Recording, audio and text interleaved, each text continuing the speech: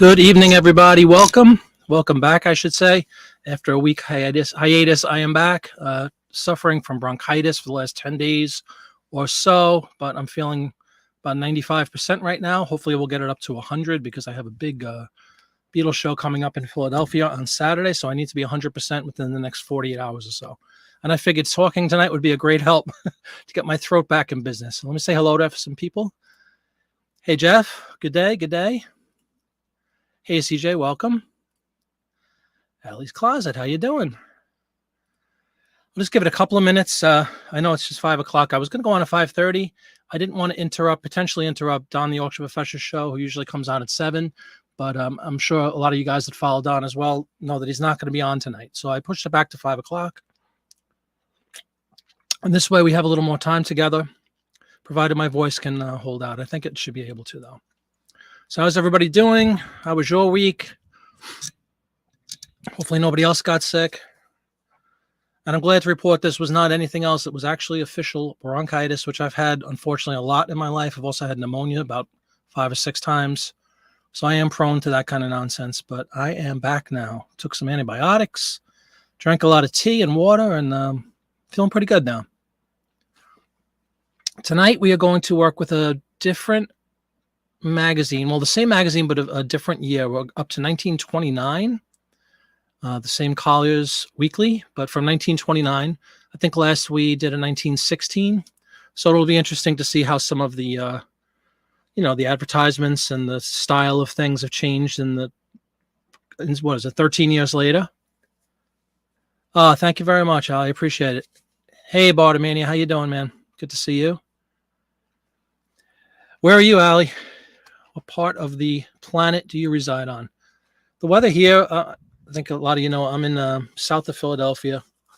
It's beautiful. It's 73 and sunny right now, but it's supposed to go back down to the 50s again for a few days and rain. It's like we just can't break it. We keep going up and down. Like Saturday, the day of my show, 52 degrees and rain, 54 on Sunday. And it says the normal high should be about 70 this time of year. And we touch it for a day or two. We get all pumped up. Then it drops again. Western part of Massachusetts. Oh, cool. I may or may not have asked you this, Allie. Do you know where Holyoke is? I used to play in Holyoke a lot. And I know the Basketball Hall of Fame is in that area too, I think. But we used to have some shows up there. Hey, Rural Squirrel, how are you? Doing much better, thank you. Good to see you as well. How are things in your neck of the woods? We could always start off with the obligatory weather talk. It's a good topic, especially these transitional times of year where a lot of people are still in winter and some people are baking in 95 degrees and everything in between. We seem to always kind of get that in-between nonsense where we get teased. I think it was up to 80 a few days ago, like a week ago, for a day or two straight. Air conditioner actually went on for the first time at that point because the house was boiling hot. And like, no exaggeration, 2 or 3 days later, it was in the 30s again at night. And might have led to my throat going and my bronchitis, but they say weather doesn't cause these illnesses, right? But it certainly makes them feel more lousy when it's cold. So I appreciate everybody bearing with my probably nasal, stuffy sounding voice, but I'm happy that I could speak. There was a period where it was like 3 or 4 days in a row where I barely had a voice. 15-minute drive. Cool. Okay. Yeah, I know that area pretty well. Very pretty country up there. I'm trying to think of, we played in like 2 or 3 different places.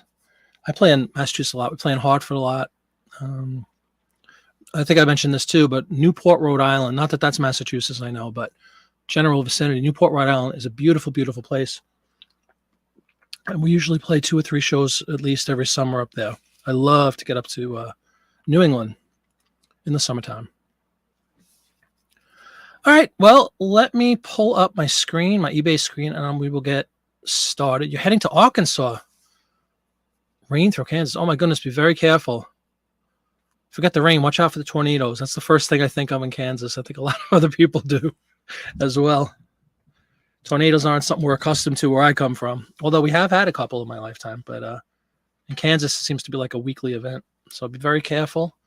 Rural Squirrel, drive safely. I appreciate you listening. I don't expect you to have to type much, please. Especially if you're the one doing the driving. I don't know if that's the case, but got to be careful. All right, let me pull up my eBay screen. And there it is.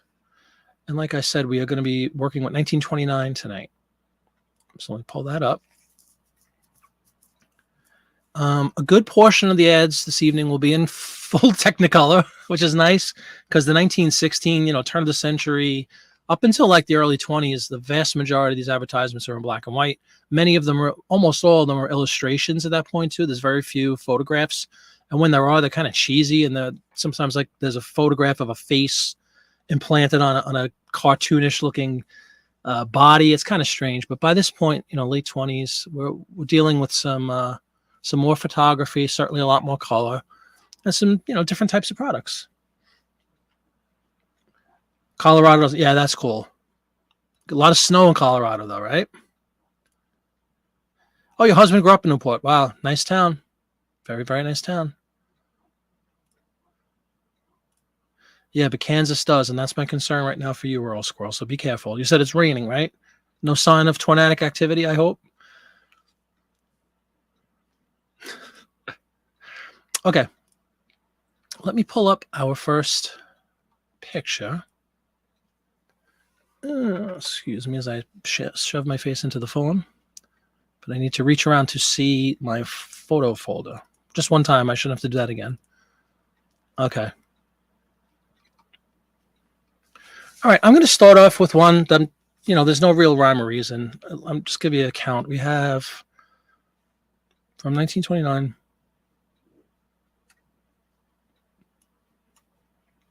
I think I picked about 15 or so ads tonight to work with. We have some left over, or I have some left over from a previous broadcast, so if we plow through these 15, if I'm feeling good and everybody's into this, if we plow through the 15 from the 20s, we might go back to 1916 to clean up those few that remain from my last show when I kind of went down with, I think at the end of the show too, I said my throat was killing me or something. I should have known. It was like that next morning I was dying, couldn't speak and coughing up a storm and all that nonsense. Terrible sore throat too. Gory details, right? Okay, this one's kind of cool. I like this. It's very colorful. Let me show everybody. It's an advertisement for Wrigley's Spearmint Gum. Pretty much looks exactly the same, I think. I mean, correct me if I'm wrong, but if I saw that wrapper right now, I would think Wrigley's Spearmint Gum. They might have changed a little bit, but that's pretty much the gist of how it looks today, I would think, right? You can also see at the top of this one, ooh, is this actually Mccall's? My goodness. All this time I'm saying it's good thing I saw that, folks. Do you see at the very, very top over the word Wrigley's? It says Mccall's Magazine, May 29. Let me, first and foremost, let's fix that. It is a Mccall's, which changes the dynamic a bit. So I have to change this. I can't believe it was in the same pile as my Collier's magazines, Mccall's. So I do need to change a couple of things quickly. Sorry about that, but I'm glad I caught it, and I'm glad that some of those ads happen to have the exact date right on the ad, so I could fix it, because that would be pretty lousy to say it's from. I don't think people would really care that much, but I care a lot. We have Mccall's. I'll need to figure out. Hold on. Sorry about that, everybody. I'm glad I caught that.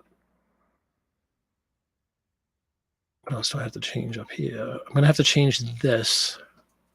I'm not really sure what number I'm up to, but you can kind of see the format I have. I just put the first, couple of letters, initials from a magazine, like Life is just L. Mccall's, I had MC, and then I put a number next to it. Collier's, I have COL, I put a number next to it.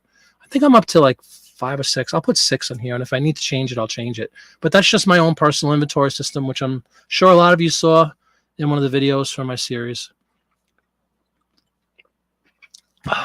Speaking of videos, I haven't even uploaded a video in a week either because of this whole bronchitis event, and I will get back on that as well. I think I'm going to do a What's Sold tomorrow, and as opposed to doing my usual Monday What's Sold over the weekend, I'll just do a Friday What's Sold the last, the first few days of this week.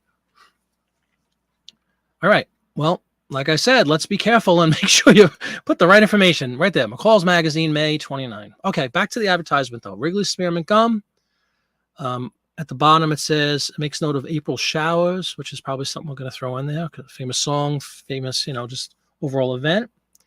We have Rain or Shine, the flavor lasts. We have a swell group of, a swell couple down there, kind of hanging out underneath the umbrella with 2 red arrows over their head, which I guess is kind of in line with their little logo here with the spearmint and the arrow. Well, let me go in and we'll start filling out some basics in the title and get this rolling. What Wrigley's spearmint. I forgot to spell while I was ill too. Spearmint gum. Okay, check out the category, see if we have a chewing gum. We do. Collectibles, advertising, food and beverage, candy and nuts, chewing gum. We will put that guy right there. I think it's a perfect fit.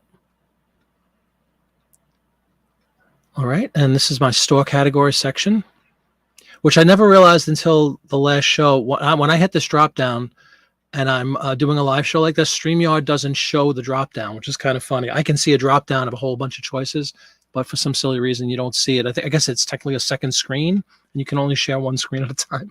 So I apologize for that, but you'll just see the number change. It's going to go into 1920s print ads, right? We have that already. Sorry. We're going to go into food ads because we all know gum is delicious food, but I don't have a chewing gum category. I don't think we have enough activity to warrant a separate category.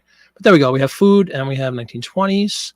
Let's fill out the item specifics. It's an original advertisement. It is a print ad. Is Wrigley's, and I have a stupid wire in front of my keyboard, which is why I'm typing so lousy. Wrigley's.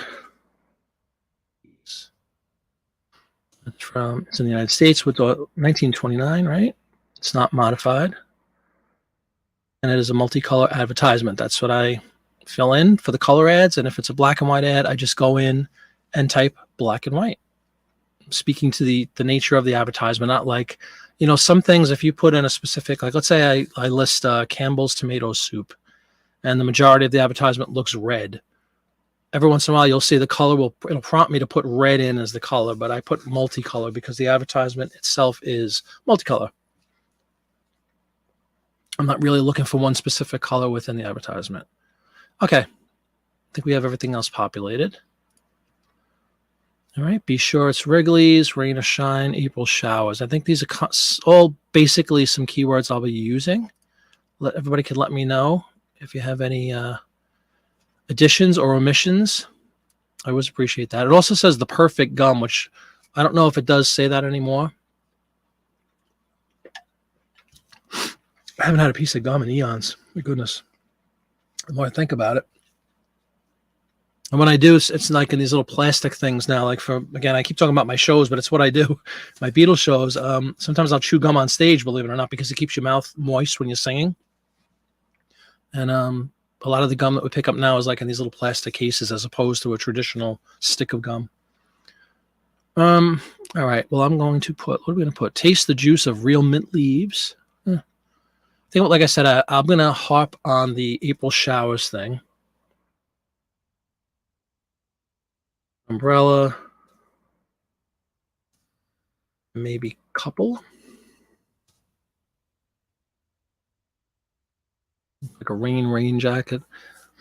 I need some of my fashionistas to come in and help me shortly with the style of clothing. I mean, that looks pretty contemporary, to be perfectly honest with you. It's just a suit and a lady with a red raincoat on. But, you know, the hairstyles and things of that nature. It's always interesting to hear the different types.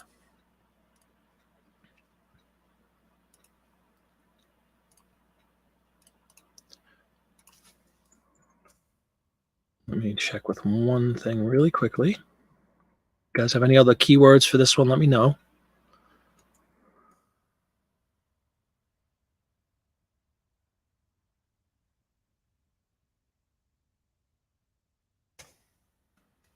Alrighty.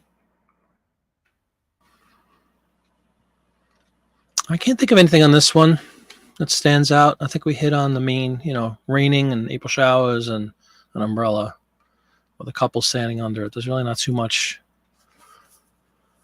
The rest of it is just kind of, you know, promotion obviously for the product and mint juice and mint leaves and how cheap it is. And the same thing that's been going on since the dawn of time. Everybody's product is the best. It's new, improved. It's better than ever. It's less expensive than ever. It's right. That's what marketing is. True or false? That's what it is. Now we are going to list this one. Just want to make sure I didn't screw up anything else like I screwed up the magazine name. Calls have a space in there that doesn't belong there. Wrigley's, we have all these specifics filled out, right?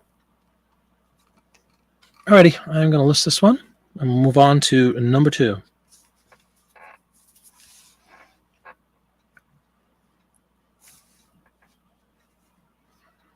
We do create similar. It'll keep everything that I had in there.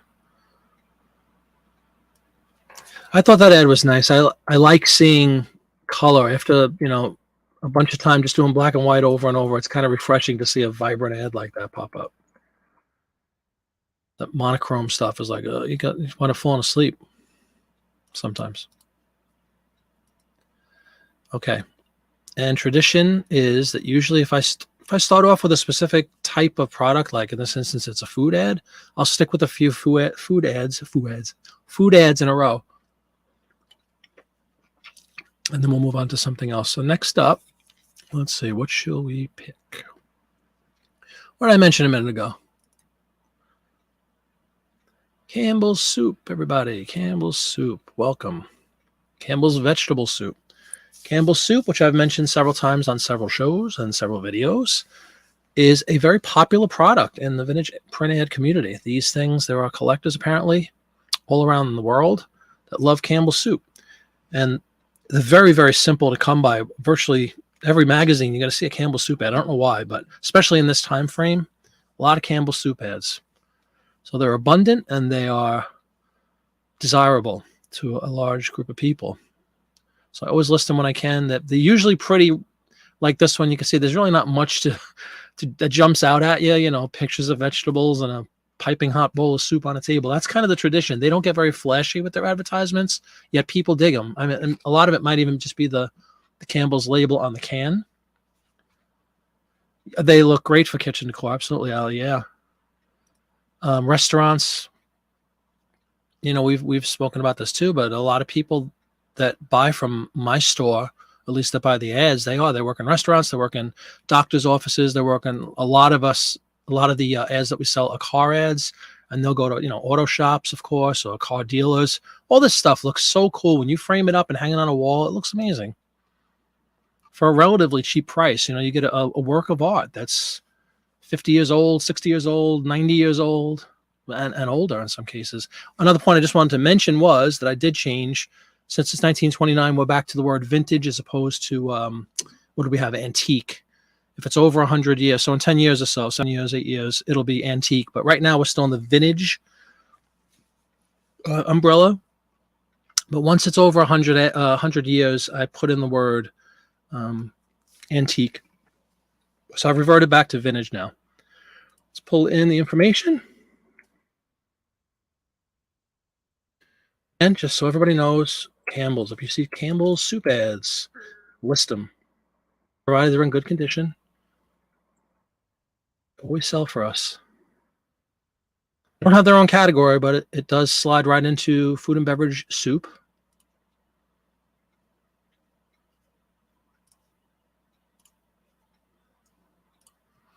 Okay, we're going to stick with the food ads. And you can see it's pre-populated the brand, Campbell's, and the theme is soup. So pretty simple. Same drill, multicolor, original, print ad. You guys might also notice I'm still stubbornly using the quote-unquote old listing tool, but I can't stand the new one. And I'm not usually one of those people that, resist change and, the old way was better. No matter, it's not always true, obviously. And I know we're all creatures of habit and we get accustomed to using things, but I think I have such a rhythm going with this one that to deviate and have to think twice or 3 times and potentially screw up a listing with this new one is driving me nuts. I'm going to have to get used to it and bite the bullet at some point, but I'm going to, like I said, stubbornly remain using this one. I like it a lot. I don't, it's my preference. Let me know what you think. Maybe I'm being picky. And as I said, the popularity of this product warrants a price increase, so I always make my soup ads Campbell's $19.99 for the one-pager.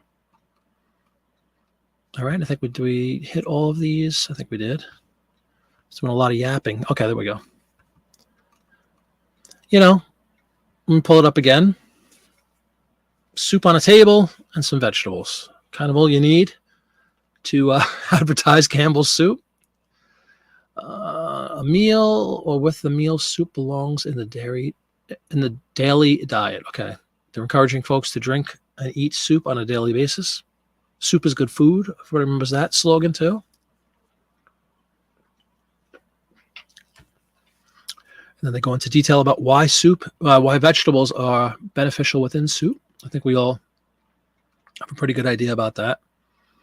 Now, with that said, it's funny. Like, this is the simplest little ad, and sometimes those are the hardest ones to come up with some unique keywords for in your title because it's so cut and dry. Again, there are exceptions because doesn't that look good, Allie? Allie? Please let me know if I'm saying your name. Is it Allie? It's not Allie, right? It's Allie. I know you can't let me know how to pronounce it over the comment section, but phonetically, if you could just make sure, or just go, yes, you're saying it right. I think it's Allie. But it does look yummy, doesn't it? Nice glass of, I guess, water over there. Cool. Thank you, Allie. All right. I guess I'll put dining room table. Simple ad. Simple. And I'll come up with anything really creative. Yeah. Dining room table. Silverware. I don't know. And again, this is where certain people might get into real, and it's a good thing. I'm not saying anything negative about it, but some people get into ridiculous levels of detail with these things, and it's a good thing because you like that. What if that? I have no idea if this is true, but like, let's just say that glass that's on that table, that's a famous, Tiffany glass or something. You might want to put that in your advertisement if something that's stunning, that's in an ad that unto itself. Your whole name is Alicia. Okay, very cool. Yeah, Allie. You know what I mean? Like sometimes there's something within the ad that wasn't really supposed to be highlighted, but becomes a big deal, either just by, time going by and now something's more valuable than it used to be, or it's more popular. But I don't know at first glance looking at this picture if any of that, is that a great famous spoon? I don't think so. So we're kind of left with some bare bone things. Like I could put carrot. I could put, I could pick one of the veggies, which we'll probably do. Put carrot in there because it fills up the most space. Carrots. What else we got? Peas? Some peas. Yeah.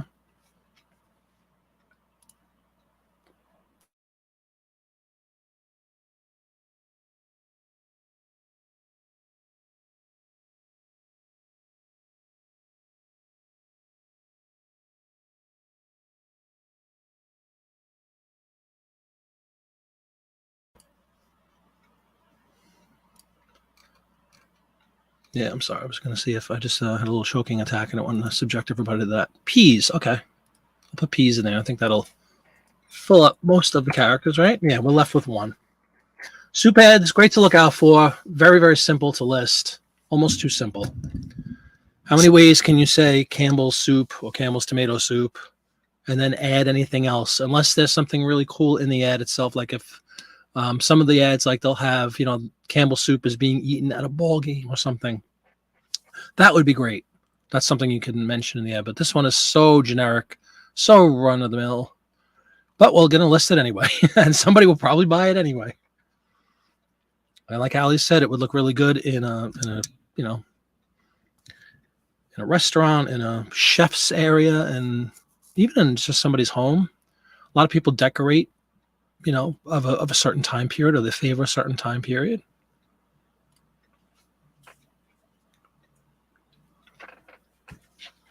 Okay, moving right along.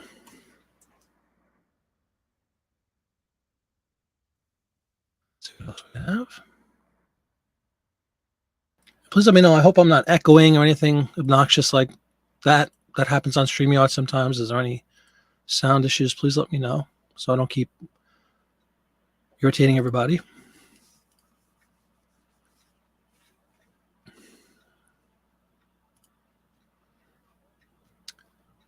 Again, going to try to stick with food.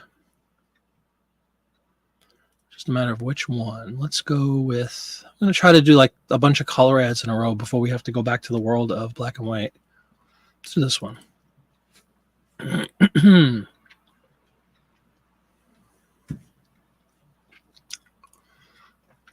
We have an advertisement for Best Foods Mayonnaise. I think it also has a recipe. Yes, indeed it does. And this is great because it's a way to kind of camp up a very, again, mundane advertisement for mayonnaise. But in this case, it includes a recipe, which is very cool. Remember I talked earlier about different time periods having different, obviously different styles, just like now. Different fonts for the words, they're kind of indicative of a time frame. This is something I've noticed a lot. Excuse me, in the 1920s, they loved this. See this green, like lime green color? Personally, I'm not very fond of it. No offense if you are fond of it. There's something about this color that just turns me, turns my stomach a little. And it's so common in these 20s ads. Wesson Oil, their whole like catalog of Wesson Oil advertisements are always that same lime green, kind of like pale yellow combination. And it's just, personally not a fan. But there we are. We have mayonnaise with a recipe for some sort of fish salad. Yum, yum. Well, let's go back to, first of all, this is going to be a standard $15 ad. Best Foods Mayonnaise is not a bolo, to the best of my knowledge. Let's just put that best, right? It was Best Foods.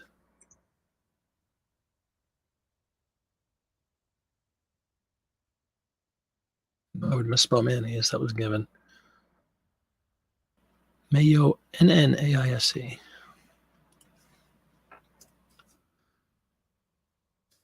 Two N's in mayonnaise, one S in mayonnaise.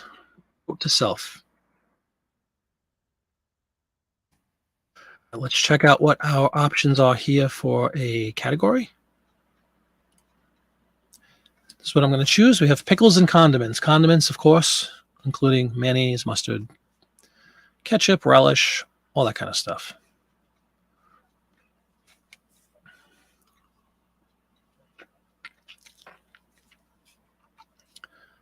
Alrighty. Go in here, fill that out. I'm tempted to write nasty lime color, but I won't.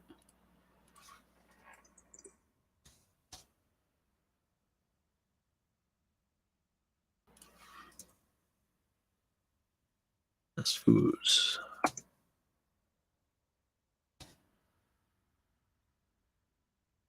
Another funny thing when you go through all these magazines for all this time, the one we were working with on my last show, again, it was 1916, and that was a Collier's, unlike today. That was a Collier's. And every other ad, I was joking with Dawn Wright, who's on the show all the time. Great lady, and she writes me a lot on Instagram and stuff, but we were joking. She's from Canada, so we always have to get like Canadian jokes and go back and forth. But half of the ads, like maybe more than half of those ads, would like have a price for something if we were listing a car or listing whatever, and then underneath it would say, the equivalent of $57 in Canada. Like everything was referencing Canada for some silly reason, which I thought was really ironic because here we are, trading jabs with my Canadian buddies, and I picked a magazine. It must have been right, like maybe it was up in Buffalo or something, or a border town to Canada. Just kind of crazy. So you'll see a lot of that too, the regionality involved in some of the stuff, and all that I find very interesting. You're kind of learning. You're not just listing, you're learning. At least I am. I'm always learning things. And since I've been doing these live listing shows, you guys have helped me so much to learn about a ton of things I never knew about. Like I said, like about style and fashion and different car types, and just very cool. We found some interesting artwork with famous artists that I never heard of. Oops, sorry about that. Okay, I guess the big highlight here would be it's a fish salad recipe. Yum, yum, yum. That is a selling point, the fact that it's a recipe on there from 1929. Somebody might enjoy that. And then what else do we have? Oh, it's gold medal mayonnaise. Maybe I'll put that. They're calling it Best Foods Gold Medal mayonnaise. Fish salad recipe.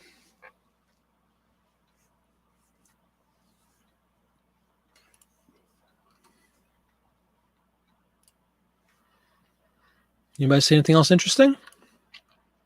I'll pull it up again.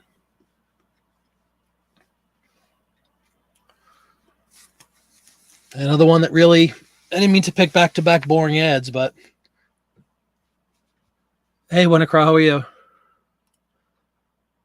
You'll be back, hopefully? Okay, no problem. Be careful. We got nice weather in this area, finally.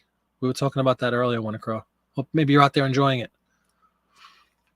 But yeah, like I said, back-to-back kind of boring ads. But I never should say that because you never know. Somebody might think this is the most appealing thing. They've been looking for this thing for 40 years. They're big condiment collectors, and all they needed to complete their collection. And that's something I've learned too, that you'd be amazed. They were looking for this one last thing to complete a collection, or they want to start a new collection. So cool. The stuff that people are into is amazing. But again, I think that pretty much sums up this one. We got the name, Best Foods Gold Medal. We got the fish salad recipe, which is kind of what makes this one unique. Whereas the Campbell soup ad was just Campbell soup. There was no extra.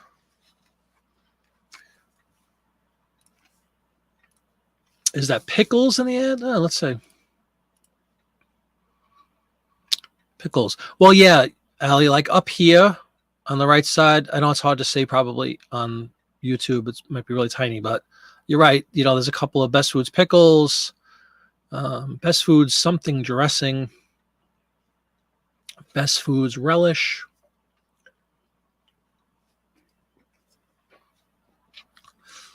And I guess this would be the finished product for your fish salad. It's like some slices of tomato and lettuce with cucumber and I guess mayonnaise. Sounds to me like it's most likely a tuna fish kind of thing on lettuce, but I'm not exactly sure. All right, we're definitely going to list this one.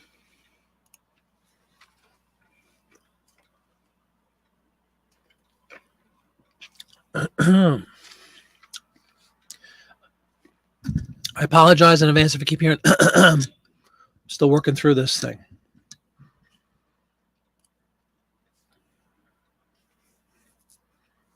Alrighty, there's a couple down really quickly.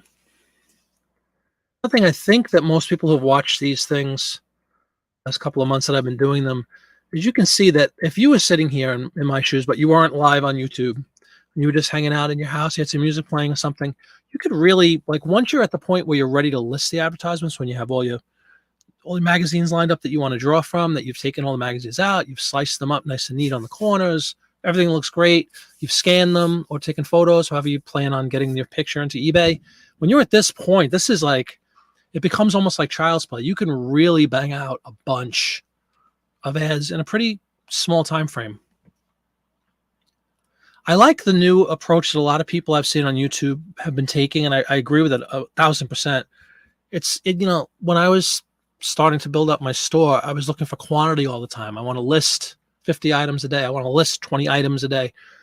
But it's dawned on me through watching a lot of these other people that it's not so much the items you list, it's the value of the cumulative value of all these items. I'd rather like shoot for, I want to list $500 of merchandise a day. And whether that's one item and I list a, $500 piece of pottery or something, or if it takes me, $10, $50 items to list, or if it takes me, what are these, between 15 and 30 bucks. So whatever the math is there, 30, 40 of these, whatever it takes to get that goal. And I'm just making up $500. I'm not saying necessarily I aspire to list $500 a day, but I like that approach. And it's less daunting than saying I have to list 100 items every day, or I have to list, because it's quality over quantity, without question. I have over 3,000 listings, of which 2,000 something are usually these ads. So like 2/3 of my store are these ads, and they rotate pretty quickly. I'm always listing and I'm always selling them. But I imagine, I think to myself, could you imagine if I had 10,000 ads up, or I had 20? I could easily have 20,000 ads up. My God, I'd probably sell like 100 of these a day, And that's kind of the point I'm looking to get to. But I don't want to get rid of I list a lot of other things. I'm not just ads. This is my main niche. Like, you got a guy like Popeye who does postcards, and I think that's all he does. But the vast majority of his listings are postcards. And there's a lot of other guys out there and gals out there that specialize in something, and the lion's share of the listings are in one or two categories, which is great.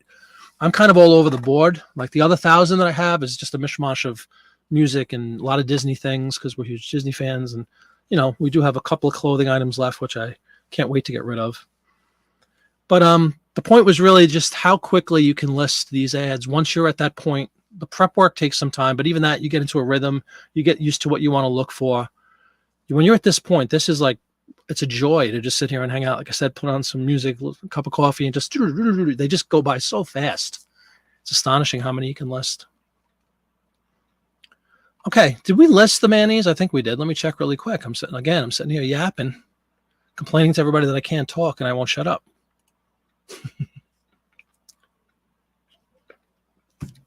Had a good week with record sales, by the way. We have lots of records, LPs, 78s. I don't have that many 45s. I know a lot of people love the 45s, the singles. I like albums. I sell a lot of albums, and I sell some 45s. Sold a 45 for like $70 today, which is pretty cool. That I bought for like, I don't know. I bought a lot of 100 for $20 or something. So you're talking like 20 cents. And that was really cool. Really, really cool.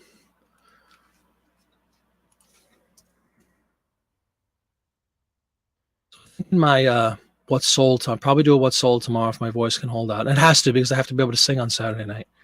But my what's sold, I'll show everybody some of those other items that we sell. And of course, there'll be some print ads in there. But let me just say, I wanted to see really quick to make sure I listed this mayonnaise ad. I figured everybody would be shouting at me. Of course you did, you idiot.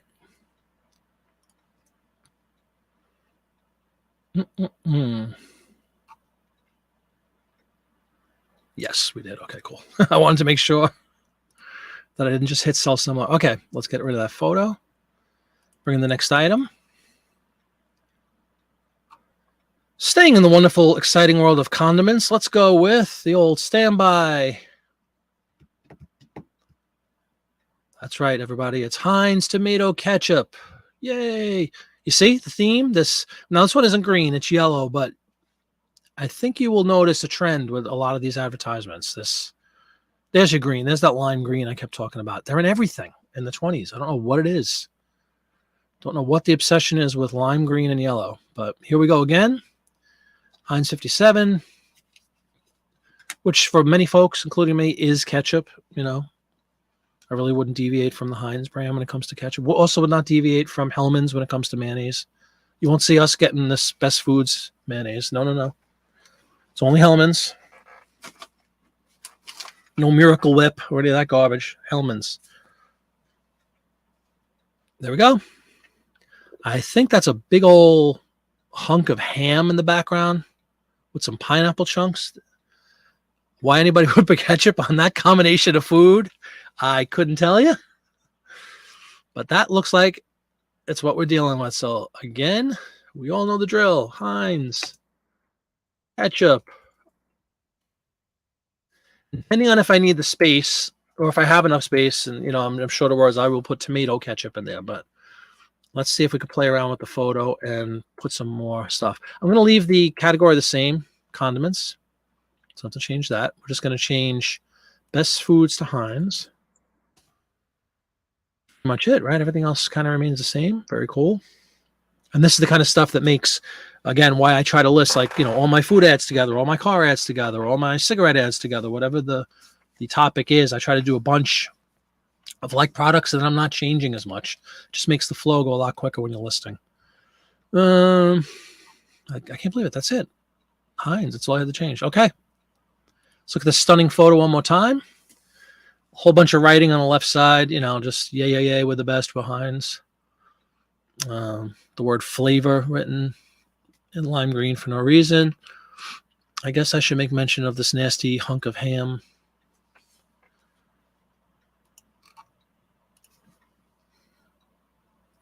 Ham with pineapple. Maybe carving knives or something like that. Was that I think it was a carving knife in there. Just in case there's anybody that collects ham, which, I joke, but there are. Armor ham. We have a bunch of ads for Armor ham, and I've sold a ton of them, so maybe there are people that collect Armor ham. There's your cutting set, right? Anybody know what kind of flowers those are? Are those daisies? I don't know. There's also an artist name down here. I'm going to blow this up. and I'm going to share this with everybody. If anyone knows, let's take this down a second. Hello, everybody. I'm going to share a different screen that blows up this advertisement. And let me know if you guys notice or know of the name of the artist. Sometimes these ads are made by somebody fairly famous. Not all the time, obviously, but let's check this out. I'll bring it up. All right. I don't know if you can make it out. It looks like it says HGM. Or maybe that's just a copyright now that I look at it. It looks like it's not. Yeah, H.J. Heinz. Sorry about that. It's not an artist thing. So strike all that. But every once in a while, you will see ads that have an artist written at the bottom. Ooh, look at Allie doing some research. Hang on. I appreciate that. Because guess what? That's a word we can use, right? Hi again, everybody. Let me share my screen. Get back to the listing page. There it is. Pull this up for everybody to see. Allie doing some research. Ketchup is used as a glaze on the ham. Good call, Allie. Appreciate that. So guess what? We're going to put glaze. Ham with pineapple. Ham with glaze. Hey, that's fantastic, Allie. Thank you. That's the kind of stuff I really enjoy when somebody comes up with something. I see something I didn't see. And look at that. Now we're down to just 4 characters left, which is pretty much good enough for me.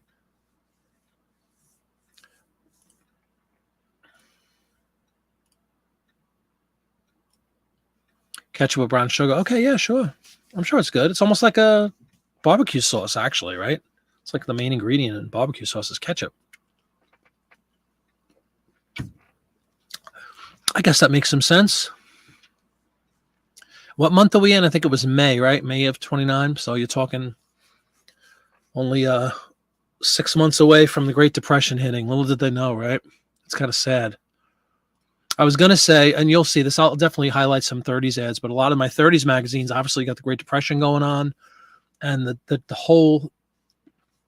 theme of the advertisements changes radically. It's much more to do with, getting food on the table. They're not hyping up how great everything is. They're hyping up how cheap everything is and how efficient that you can, make a hunk of ham like that last for 6 different meals. 6 ways to cook ham. Soup, of course, becomes almost a staple at that point. Soup kitchens. Very cool to, like I keep saying, but it's true. The passage of time and you see what becomes in vogue and what goes out of style and how, entire thought processes are changed radically depending on the time. So pretty cool. Again, thank you, Allie. I put glaze in there. I think we're good then. There's only 4 characters left. There's really not much else to write. I was just curious if anybody knew what that flower was, but I know what I can write though. Heinz 57.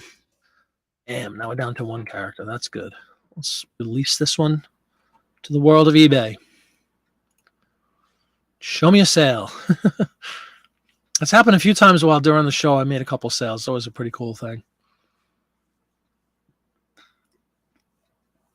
Anybody else listening with me? Anybody else listing their own stuff, or we're just kind of hanging out watching me? I've heard more than one person say that they're listing while I'm listing, that it's kind of inspirational, to be listing together with somebody. It feels less lonely and kind of, like I said, inspirational and motivates you. Hope that's true. All right, I think we're done with our condiments for a lifetime. Let's see what's next.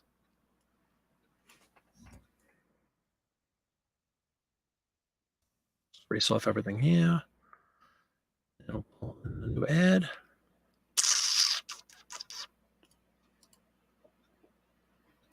Let's go from condiments to the wonderful world of cereal. How about that? We'll start with another staple of cereal. And again, we're back in the lime green. Do you see what I am saying, everybody? I don't make this stuff up. Kellogg's Cornflakes. Americana personified. In fact, I might even put Americana in the title. That's how Americana, this image is. Again, you got a bowl of cornflakes, nothing else, some strawberries, and a lot of words. How about tomorrow morning? Not sure what that means, but I guess just saying, why don't you have some cornflakes tomorrow, everybody? Hey, Lake Erie, how you doing, man?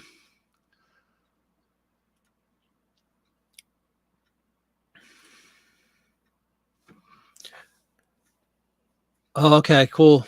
Yeah, you probably heard me whining in the beginning, or you might not have. I had bronchitis since the last show. I got sick, whatever that was. I think it was Monday, a week ago Monday. I've still listed, but I haven't done anything on YouTube all this time, which stinks because, I don't want to miss. I missed my chat show Monday night, which never happens, but I just couldn't speak at all. I'm still having a little trouble, but I'm definitely on the mend. And so I appreciate you showing up.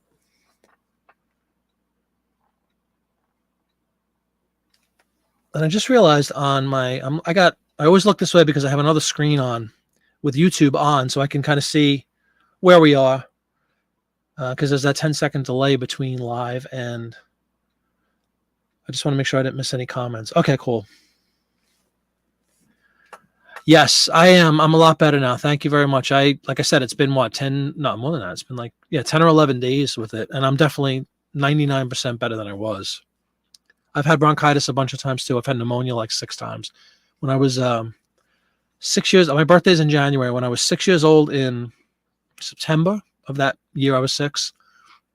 I was sick month after month. I'll never forget it. I always used to bug my mom. I missed the first day of school because I was sick. I missed Halloween because I was sick. I missed Thanksgiving because I was sick. I missed Christmas because I was sick. And by early January, I wound up in the hospital. I was in the hospital for like a month.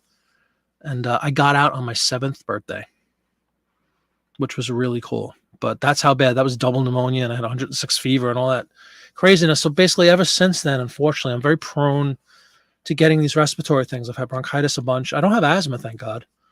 But unfortunately, I do get these bugs every once in a while. It's his life, though, right? Everybody has their problems.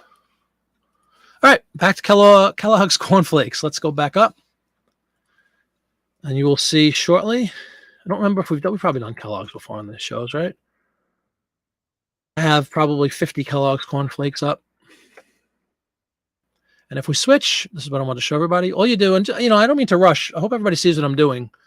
I type in a title, right? I'll put the product name in first. I probably mentioned this early on in my shows, and I don't want to take for granted that everybody knows this. But once you put your product in, 9 times out of 10, if you hit tab out of that, it'll populate suggested categories. And most of the time, not that you have to use it, but the logarithm or whatever is pretty sophisticated. And if you put a product in, if there's a match for the product, or certainly if there's a match for the category it should go in, like food or cereal, it'll give it to you right away. And it just takes, there's certain things where you can do the search categories field. If it's like a little more ambiguous, you're not certain where you want to put it, you could play around with it. But it's pretty good at selecting the right one. In this case, Kellogg. I mean, you can't beat that, right? What's the exact path here? It says food and beverage cereal, Kellogg. Bam. And brand is populated with Kellogg. And multicolor. We'll go through this drill again. We get all the basics in as quick as we can, and then we have fun with the photo itself and looking for some interesting and appealing keywords so people buy your stuff. We're not doing this for our health. Again, sticking with my usual $15 price scheme, not deviating because we haven't found anything super interesting except the soup ad. Always put the soup ad up a little more.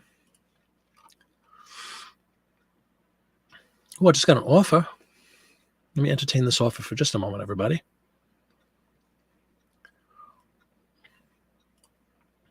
And it's not on an ad. It's actually on another record I'm selling. Let's see.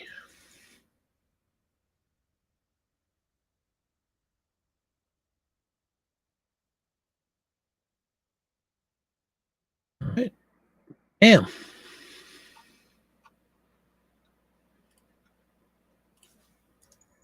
And bam number 2. Alrighty. Back to the business at hand. We have Kellogg's Cornflakes. We filled out our item specifics. We're in the right category of Kellogg's. Let's take a look at the ad. Again, lime green, nasty color. Don't like it. But thank God they have the refreshing change of pace when it comes. Now that appears definitely to be a photograph that is superimposed, which again, remember I said that earlier on, like the really early, like the late 1800s and the turn of the century up until 1920 or so, the grand majority of these advertisements are black and white, almost without exception, that early. And there's very, very, very, very, very few photographs. It must have been a very expensive proposition for companies to have a photograph printed at that point, in some sort of mass produced product like a magazine. But when they did have photographs, and this is an example of it, this is pretty clear. That's a nice looking shot. Nice, actually really nice looking dish too, and bowl set. But anyway, you could tell they definitely superimposed a photograph in, whatever that green thing is made of. It looks like just a swatch of paint or whatever. And then just some plain black type. So it's a combination of a real picture meshed with the usual nonsense. And then you'll see as time goes on, it becomes a whole photograph, or, more and more you can see the photos coming into play. And then you'll start seeing, like in the 50s, you start seeing a lot of cartoons and stuff, which is kind of funny. Well, I guess I'm going to put strawberries for sure. And I wish I knew. It almost, to me, like if I saw that bowl, it looks like fall to me, like the color scheme, that flower with like the orange and black. But we're in May, so I don't think it's a fall advertisement, that's for sure. So I'm not going to put that. I will put strawberries in bowl. And again, remember, this isn't supposed to flow like a sentence, even though the temptation for me half the time is to make it look like it's a sentence. It's not. Just a bunch of words that get sent out to all these search engines for people looking at specific words. Jeff with a American breakfast. I can't fit it. So instead of putting it in bowl, I'm just going to put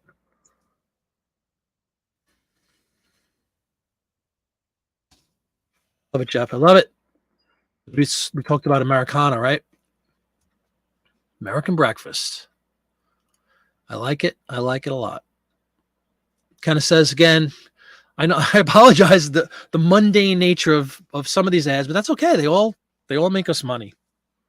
They're not all going to be flashy and crazy and unique. But I will tell you, like everything else, there is an absolute group of people that love cereal ads or love Kellogg specifically, and they'll buy it. It will sell. They might sit there for a while, but it will sell. It might sell tomorrow, might sell in 5 years. I don't care. When you have the volume up, every day there's going to be enough to make you some money. That's all that matters. Doesn't have to sell tomorrow.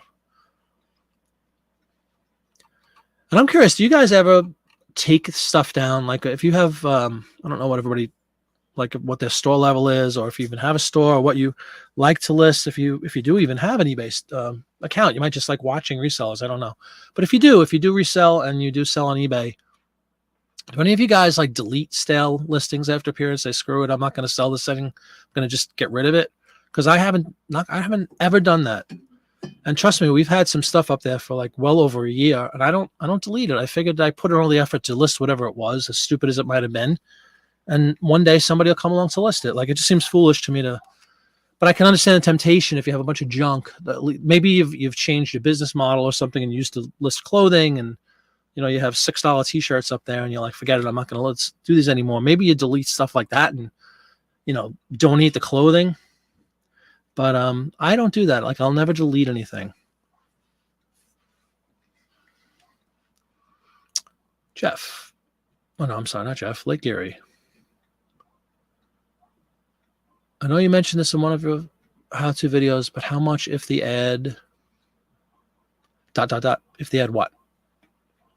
Part 2 is coming up, I'm sure.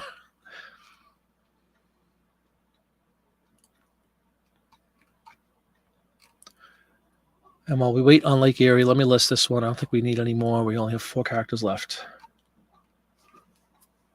All right, let's list it.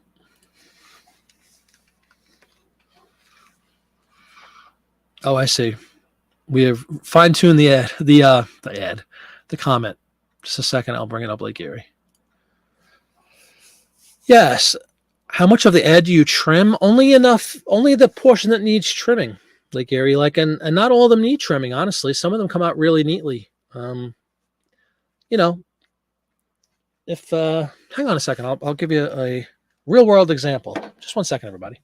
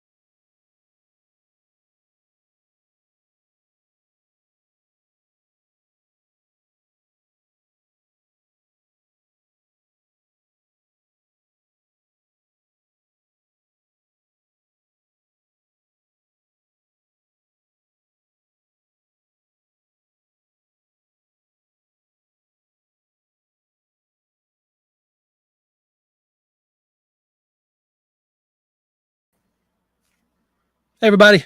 All right, let me show you this lake area you were asking about, how much do you trim? That is a good question. I just happen to have, wouldn't you know it, a couple of magazine ads that I cut out. Let's see what this one is. This is a Mccall's magazine, same one we're working with, from 1926, so just a couple of years before. Good old, what did I say about Campbell soup? What did I say about red? You see that? Now, if you look at the trim on this one, I don't know how much you can make it out, but you get the idea, right? It's really clean, and that's exactly how I pulled it out of the magazine. I just kind of pried it, with my hands. Came out perfectly. So no need to trim on that one. But then you'll come across certain ones that have like...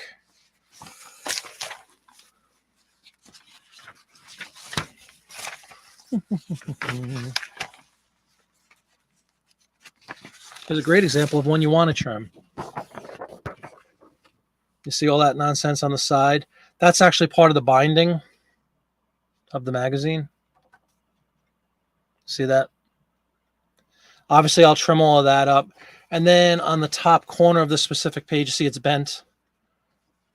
So you have some wiggle room. On this one, pull back.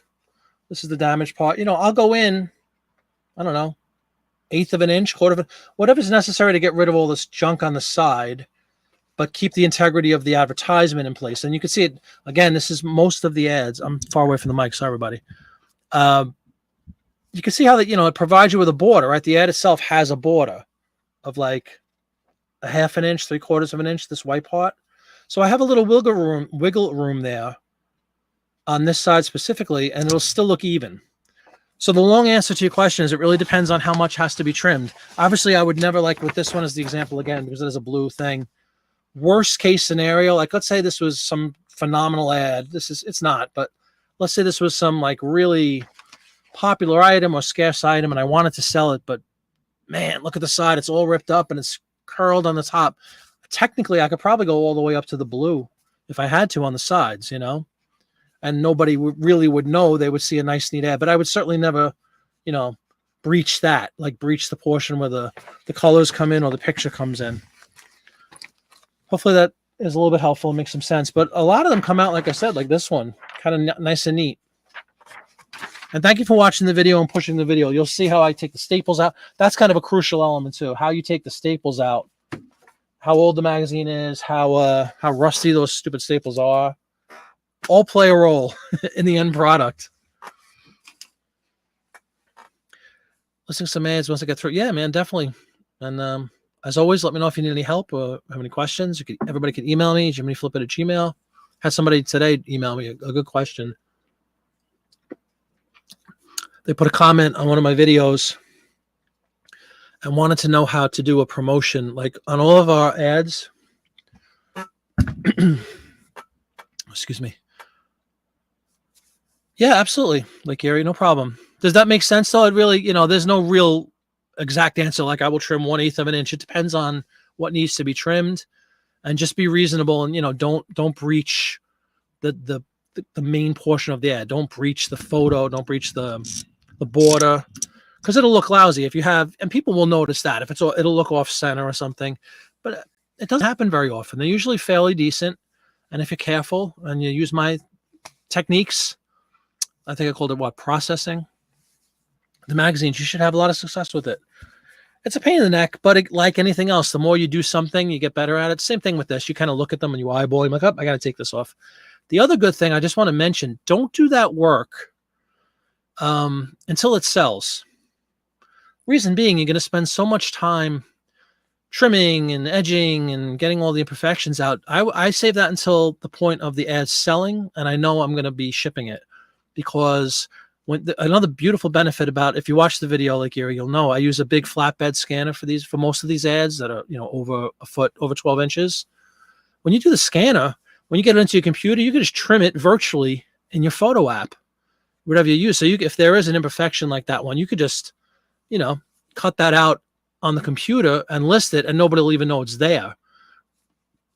Excuse me. Rather than wasting the time, not wasting the time, but you know what I mean, taking a lot of excess time on the front end For stuff like that, I would highly suggest you do it once it sells. That's what I usually do. I won't spend an hour trimming up every single page until it sells. Then when it sells, it's time well spent. It only takes a second anyway. You take the ad out, you go, I need to fix this one. Make the presentation. The same aspect, the same thing, or the same logic applies for me with records. We sell a lot of records. I have a professional record cleaning machine, which if anybody does sell records, I highly suggest it's something you want to invest in if you can, because it makes a huge difference.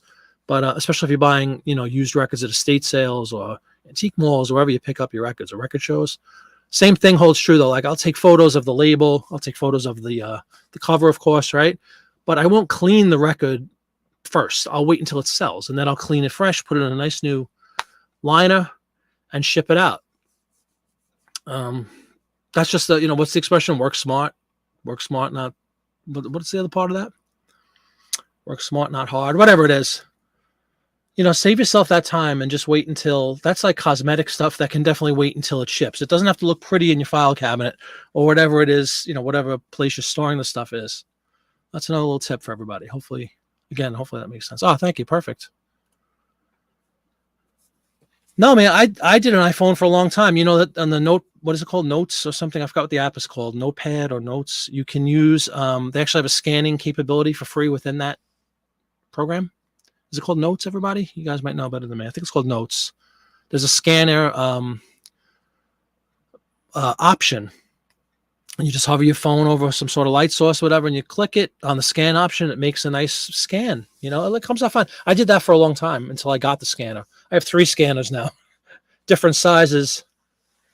That CJ, thank you. I knew somebody was out there. Work smarter, not harder. Amen, CJ. Well done.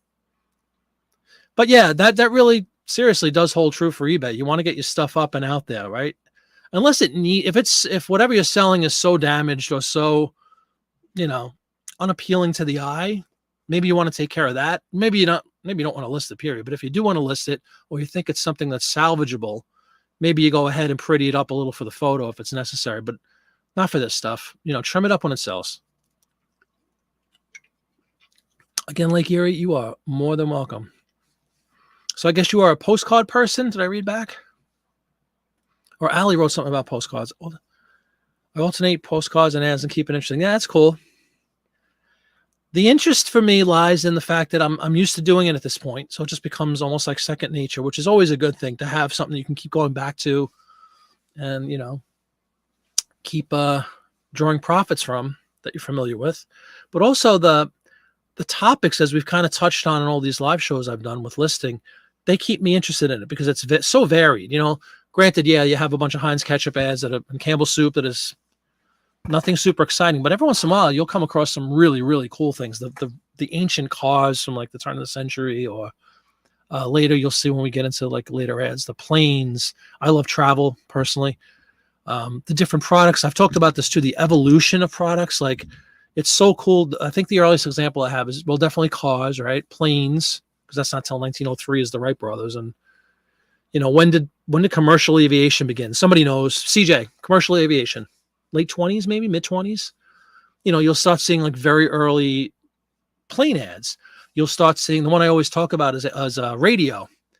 It's so cool to see a radio be a cutting edge piece of technology and then watch that develop and how popular it became. And then later on with television, the same thing. And then with me with records and how you went from 78s and Victrolas, and it's all very cool to me. So I don't get bored of the niche at all, because it's always, not always, a lot of the times though, it's new stuff and I'm learning things and I'm intrigued by all that. And the World War II ads, which we're going to have to do a World War II ad show for everybody, because I want to show you, instead of talking about it, just how cool that stuff is. Yeah, well, I'm sorry. That's what I was just saying, kind of like you're switching it up. To me, it is switching up because they're all different. But I definitely understand the need to, like postcards, I could see being a little monotonous.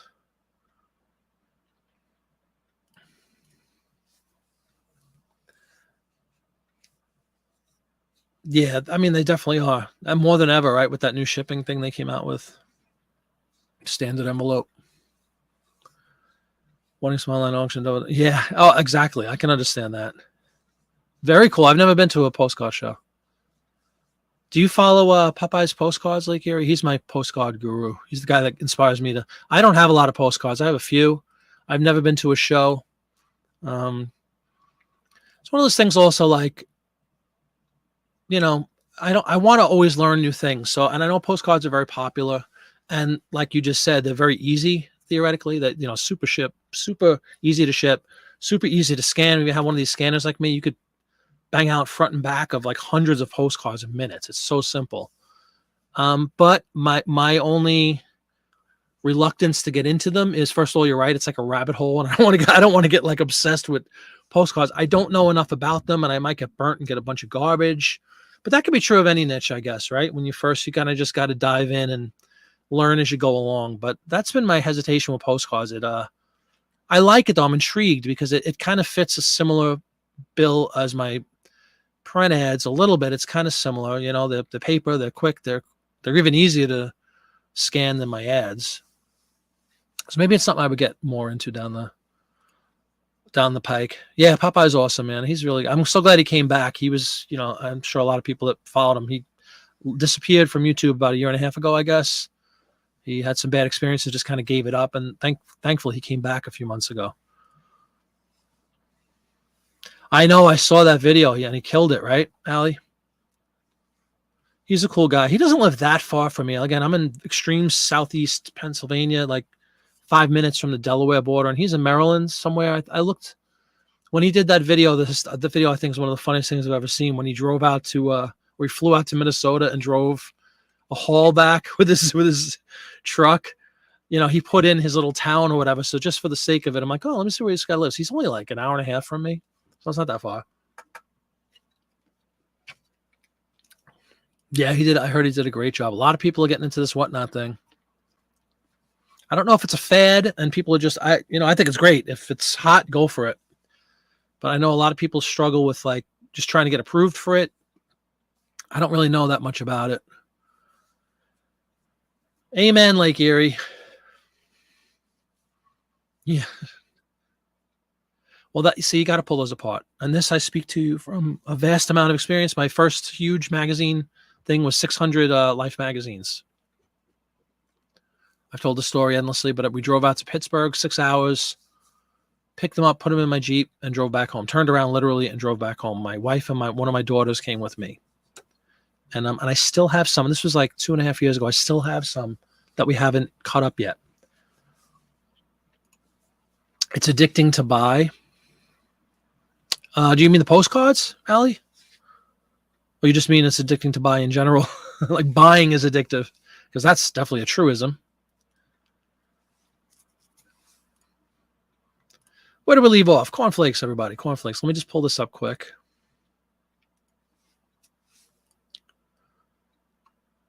And keep the conversation going. I just want to get rid of this cornflake thing.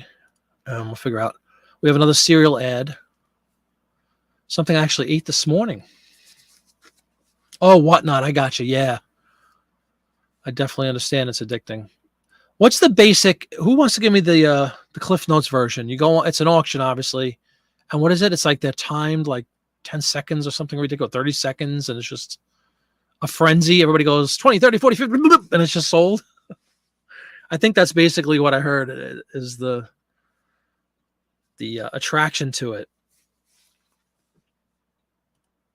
I have not dabbled in whatnot on buying or selling.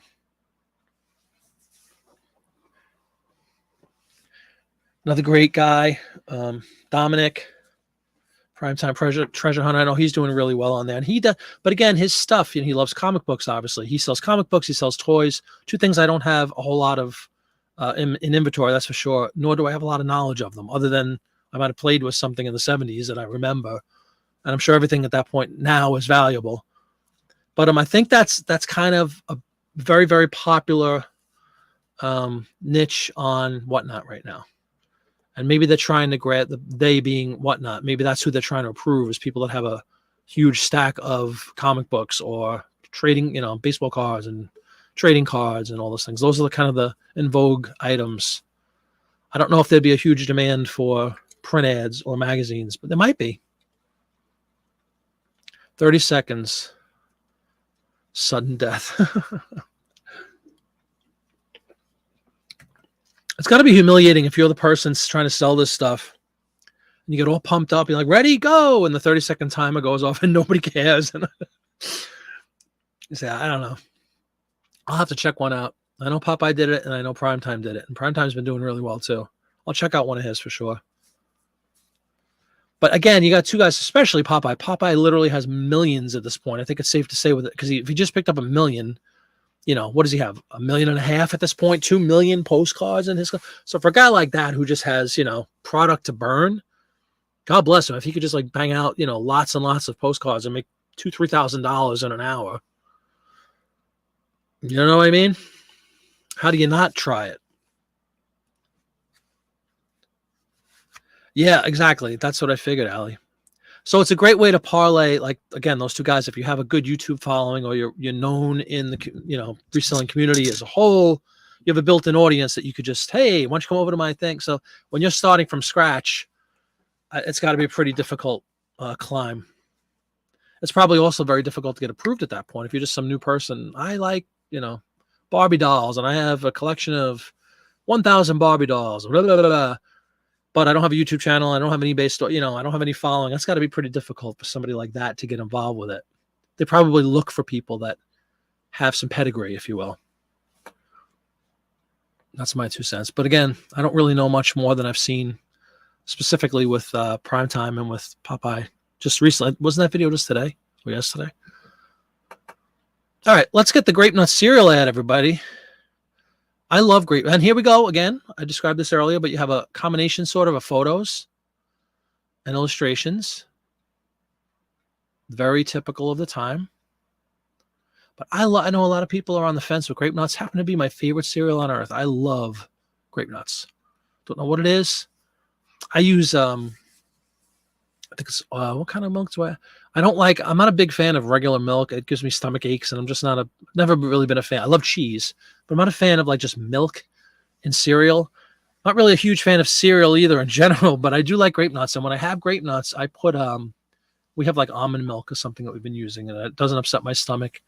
And I've been destroying with little box, like literally the box is probably about 5 inches wide by maybe like 8 inches tall. It's like $5. And I get about 3 bowls of cereal out of it. But God, it's yummy. Well, anyway, here we go. Grape Nuts 1929 style. Same kind of thing on a table. And then we'll have to blow this up, or I will, and see what these different people are doing. Or it looks like a little boy. It looks like a chef with some bread or something up there. So we'll dive into the photo. CJ digging the Grape Nuts as well? Oh, you got your wife. Got your wife hot. Okay. Hooked. Got your wife hooked on them.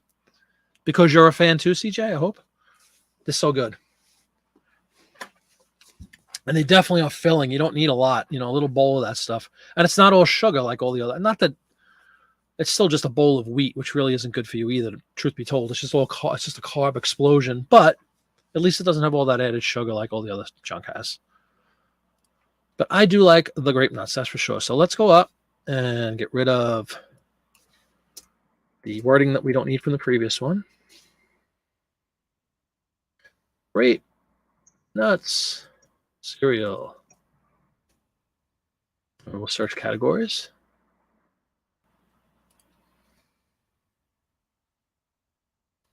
Now in this case, Grape Nuts it's not privileged enough to have its own category, but it does, as you see, say post. Let me make sure, because I know post makes them now, right? Post.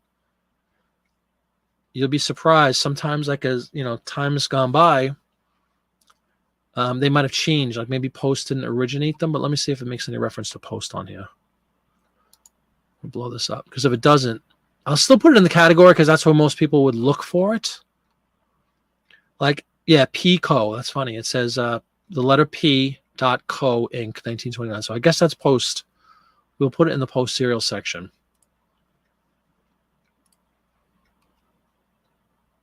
Okay, and that's done. And the theme is cereal. It's an original. I'm going to fill out these specifics. We're going to go multicolor, even though the photos are black and white. The body of this ad is in color.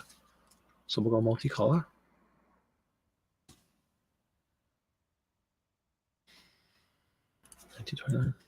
Anybody else like grape nuts? So most people, it's funny. My wife hates them. She thinks it's like eating rocks. She said. Brand is Post cereal. Okay, cool. All that stuff is out of the way.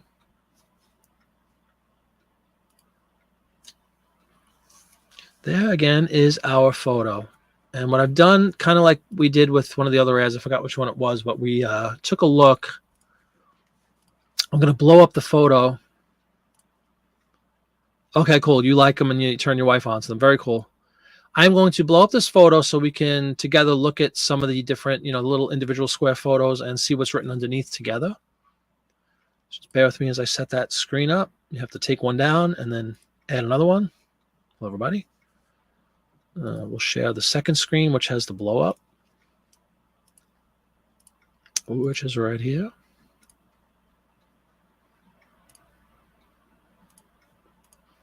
And there we have it. Okay. Hopefully, I know it's still pretty small, but hopefully somebody out there can read this. Here's inside information on saying there's a reason. Okay, starting from the top left, much like CJ, this is an actual photo from 1929 of CJ turning his wife onto grape nuts right here. Grape nuts, crisp kernels, encourage chewing, giving teeth and gums the exercise so badly needed in this soft food era. What that picture has to do with dental hygiene and stuff, I just have no idea. But it looks like a guy surprising his wife, apparently with a bowl of grape nuts. Because nothing says I love you. Grape nuts is twice baked to make it crisp, golden brown, and easy to digest. And there we have Chef Boyardee, apparently, holding 3 loaves of bread. That would be the baked aspect of this ad. At the bottom, we have a young boy playing. Looks like, I don't know if he's playing with. He's like next to a car, it looks like. To keep health at peak, grape nuts with milk or cream or almond milk supplies the varied nourishment so many menus lack.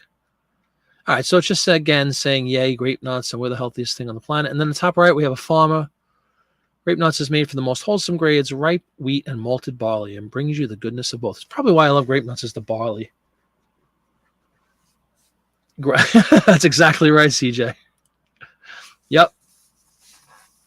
I know it's gravel, but you know what? They never got soggy in the milk, do they? I'll tell you that. Unlike this other junk. It's just puffed corn with sugar on it in different colors. That's what all cereal basically is, right? Or oats. That's it. So it's kind of different. Again, I don't really get what this is. The dental thing with a guy holding his wife's eyes. Chef Boyardee talking about how grape nuts are baked. A little boy with a flipped over car saying that it's surprise nutrition. It gives you so much nutrition, you have the ability to flip over a vehicle. So that's marketing right there. Okay, let's go back to the original listings page.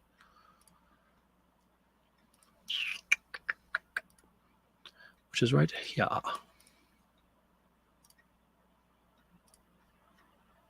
There we go. Let's see. What would you... Ooh, let's put a... Forgot to put Post in there? I thought we did. This is the brand. Did I put Post? Speaking of which, this is another tip. Not really a tip. Just something I'm going to do. I'm going to put Post grape nuts. I wrote Kellogg's Cornflakes. I should always do that. And I didn't do that. But now I have. All right. So everything matches up. Okay. I guess, like I said, we'll go with the bizarre combination of wording and photos here that have nothing really to do with, except for the only one that does is the farmer up there, saying that they harvest the finest quality barley, yada, yada, yada, yada, yada.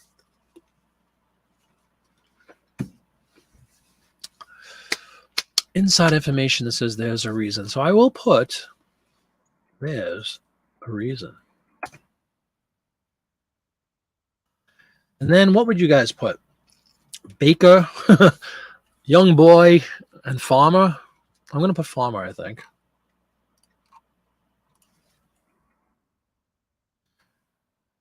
Baker, candlestick maker.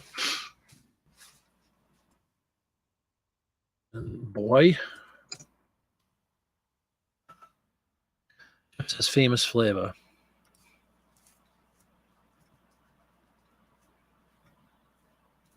It also says buy it today for breakfast tomorrow. Interesting. Probably not a whole lot of what's the word? Preservatives at this point. You kind of had to eat what you bought, which is a good thing, I think.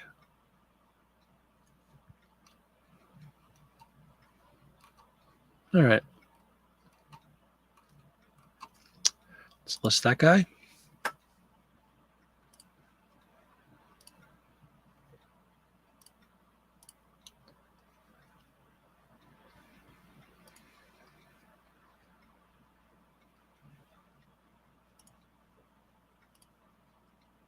Create similar. I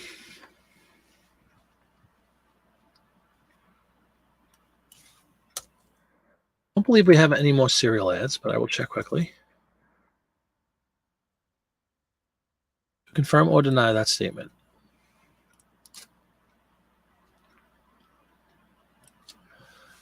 Confirmed. We no longer have any cereal advertisements, so we can jump to a different category. Oh, excuse me. You know what?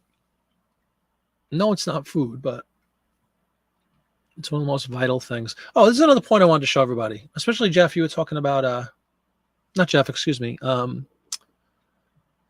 Lickery. You were talking about, getting a scanner, using your phone for the time being. I want to point this out. It's been brought up again.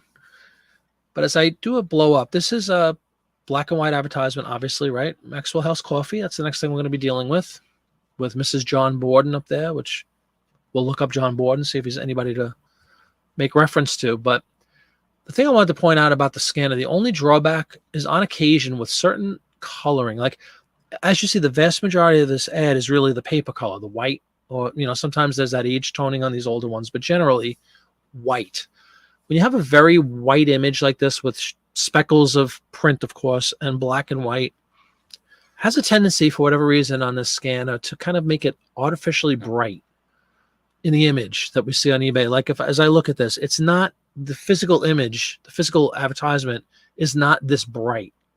It happens, like I said, mostly, even if it's a color ad, if there's a lot of the page color, the white, I don't know what it is. The scanner tries to like overcompensate or something, and it makes it too bright, which drives me nuts. And what I'm going to do is I'm actually going to delete this photo, and I'm going to very quickly go into one of my, just a regular photo editor, try to kind of tone down that black and white a little bit, because I don't like the way it translates to eBay. It looks too bright. And with some of them, I mean, it's really ridiculous how, and again, truth in advertising, I don't want to like put something up and then I haven't had this happen, but I could see somebody being an idiot about it and saying, the color was different than you showed me or something like that. So I always try to avoid potential issues. I just don't think it looks good. It's too washed out and doesn't look natural. But also I'm trying to prevent, be proactive and prevent any potential issues with somebody getting one of these things and not being happy with it. I really genuinely mean this. I want everybody to be happy with what they buy, So usually all I need to do is what I'm going to do here is basically there's a filter. I'll just say I use a thing called Photoscape X Pro. There's a lot of bells and whistles in it. But the most useful function that I use, at least with black and white ads, there's literally a button that says black and white. And it changes the image to a proper black and white, which is really helpful if there is some age toning on some of these older pieces of paper. It kind of doesn't take it away, but it kind of subdues that browning and makes it look more natural. So let me do that, and I'll show you guys to see if you notice the difference. Again, for me, it's primarily that washout effect I'm trying to get rid of. I don't like the washout.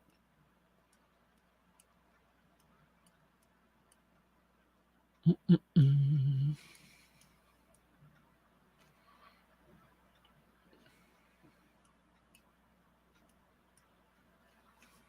think it's a little more subdued now. We'll give it a shot. Let me know what you guys think. Did I delete the other one already? Yeah, I did. Okay.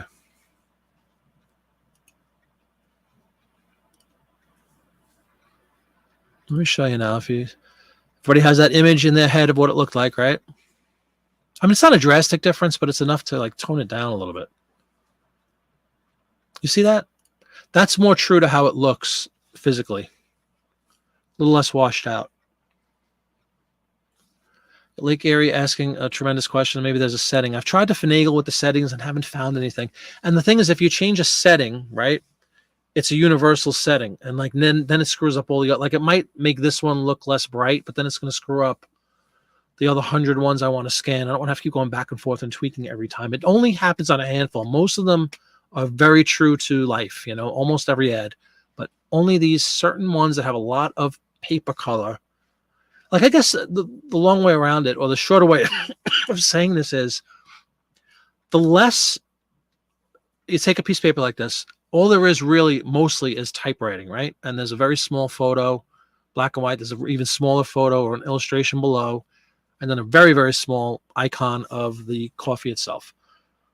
There's not a lot going on the edge to fill in. So there's a lot of empty space. That's what I'm looking for.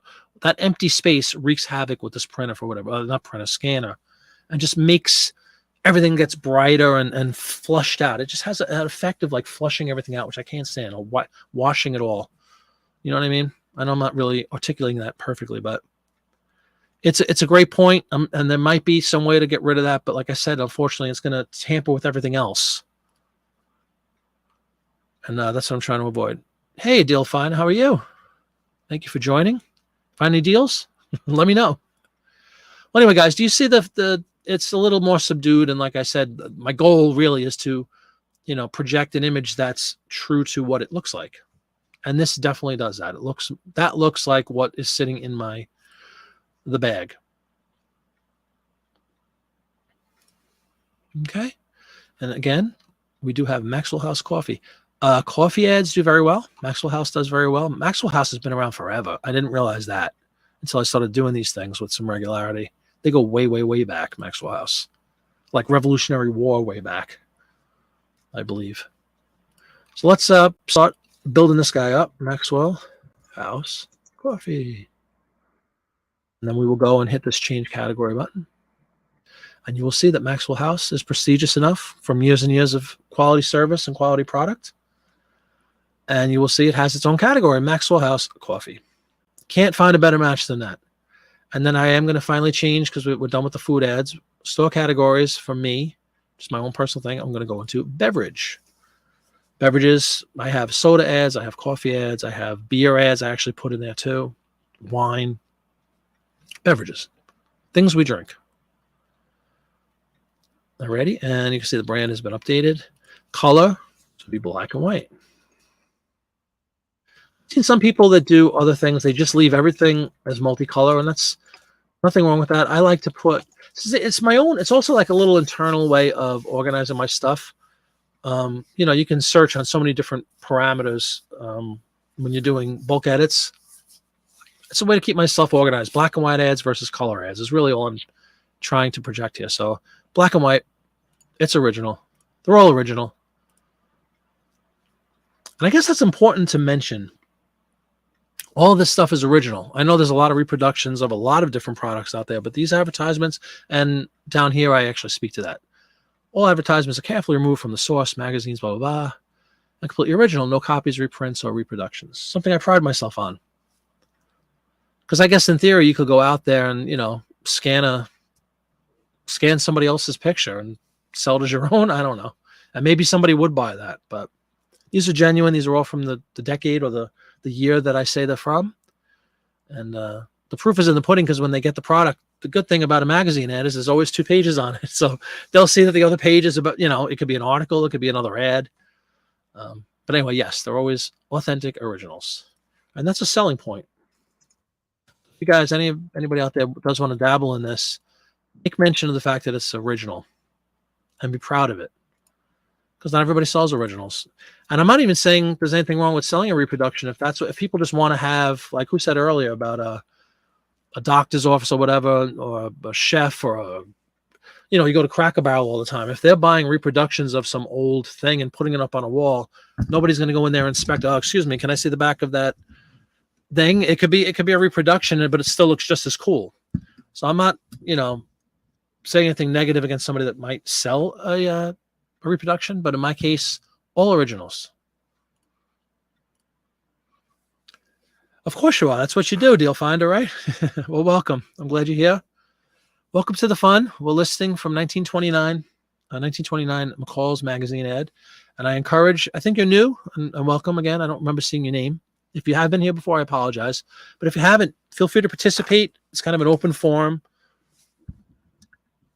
And people contribute all types of things like keywords we can use for the ads. But we start with the basics, which is what I'm doing now, and just building up, putting the product in, getting it in the right category, and filling out the specifics. That's your automatics every time. And then we look at the photo or the advertisement in some detail, and we try to pull out some cool taglines to put in there to make it sell or make it more enticing. So in this instance, here we go. Maxwell House Coffee, good to last drop. We've heard that before, I think.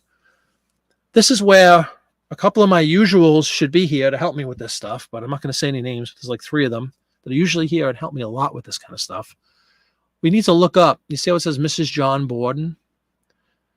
Is won or lost when the coffee is being served. The success of dinner is what Mrs. John Borden might just be, Miss Housewife USA and just some lady, or she might be somebody famous, or she might be married to somebody famous. And it's always worth taking a couple of minutes to see who these people are, because every now and then you'll come across something that you, at first glance, you just see a picture of it's coffee ad, some lady sitting at the table. Well, wait a minute, that lady is Eleanor Roosevelt, or something like that, and it might not say it. And you definitely, and I do have I have an Eleanor Roosevelt ad for, I don't know if it was American Airlines, or it might just be airlines in general, or the thought of flight in general. And she's on this magazine sitting, reading a book or something in a chair on a flight. And it's really cool. It's like, and I don't think it says Mrs. Eleanor Roosevelt says fly American. But if you didn't know, I don't know who wouldn't know that's Eleanor Roosevelt, but there probably are some people, especially younger people now, that might not even know what she looked like. Certainly something you want to highlight. If Eleanor Roosevelt is on an advertisement, you want to put Eleanor Roosevelt in there. That's just an example. Mrs. John Borden, I'm sure she's a swell doll, but I don't think she's as, famous as Eleanor Roosevelt. But you never know, especially the farther back you go. There might be people that were famous for a relatively short period of time in that time and might have been renowned in some way. And now they've kind of been lost in history. So what I am going to do is, just like the last time, I'm going to blow this up because it's just way too small to read, and see if we can discern who John Borden is. Turns out she is a debutante from Chicago, everybody. On the left side, it says that. I'm just reading quickly. What's also, this is another thing I want to show. You know what? I'm gonna have to bring this one up because there's too many cool things not to show everybody.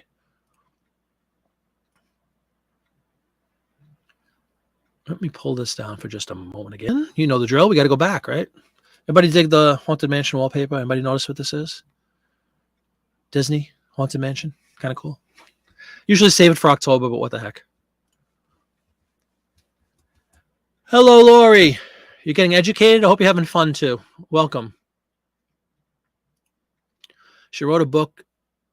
It's to the left of the picture. Okay, cool. We'll look that up. And hey, Laura. Oh, good. You've been listening? Good. That's awesome. Yeah, that's what I was saying earlier. A lot of people do that. They watch these shows. They wind up listening themselves, which is awesome. It's encouraging, right? You're not alone. Yeah, exactly. Or I thought of that first. Or what about Borden? Like milk, like condensed milk, Borden's. What if that's, Mrs. Borden? I don't know. We will look it up. But what I want to show everybody, I want to show everybody the blow up of the ad so we could read some of this stuff together. Together.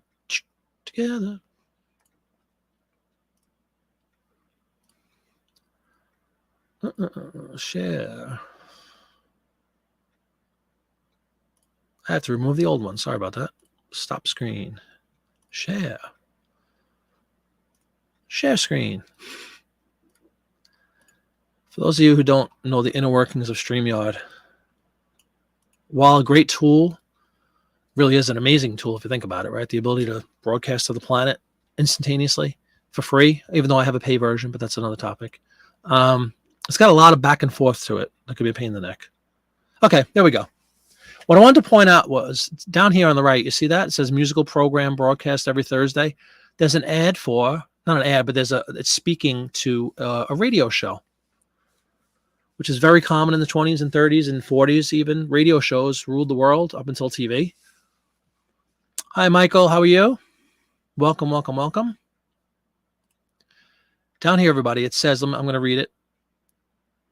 And what year are we talking? 1929. So it's relatively early even for radio. I think it started, we had this conversation, I should remember, 26, 27 kind of was when radios became in vogue and started, showing up in people's home. By the 30s, everybody had a radio. Everybody listened, radio was king. Well, it does say that there was, every Thursday evening was the Maxwell House program, radio program, and it mentions a series of stations. Like, WJZ, WBZ, WBZA, blah, blah, blah. But that's kind of cool. All those a lot of these advertisements, and especially when we get into the 30s, you'll see products just like now, right? You have a commercial. This part of the program is sponsored to you by Maxwell House. Good last drop. Same concept, just in written form this time.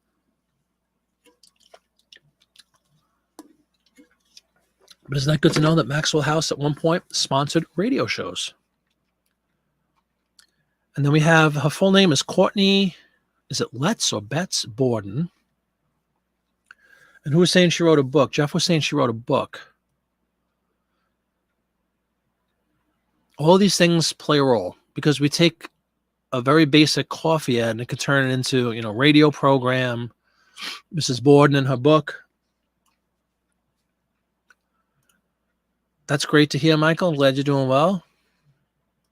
If you missed the first 10 minutes of my show tonight where I was whining, I had bronchitis for about 12 days. I'm still not 100%, but like 95%. You probably hear it in my voice. I'm still like nasally, but I'm definitely on the mend and glad to be back.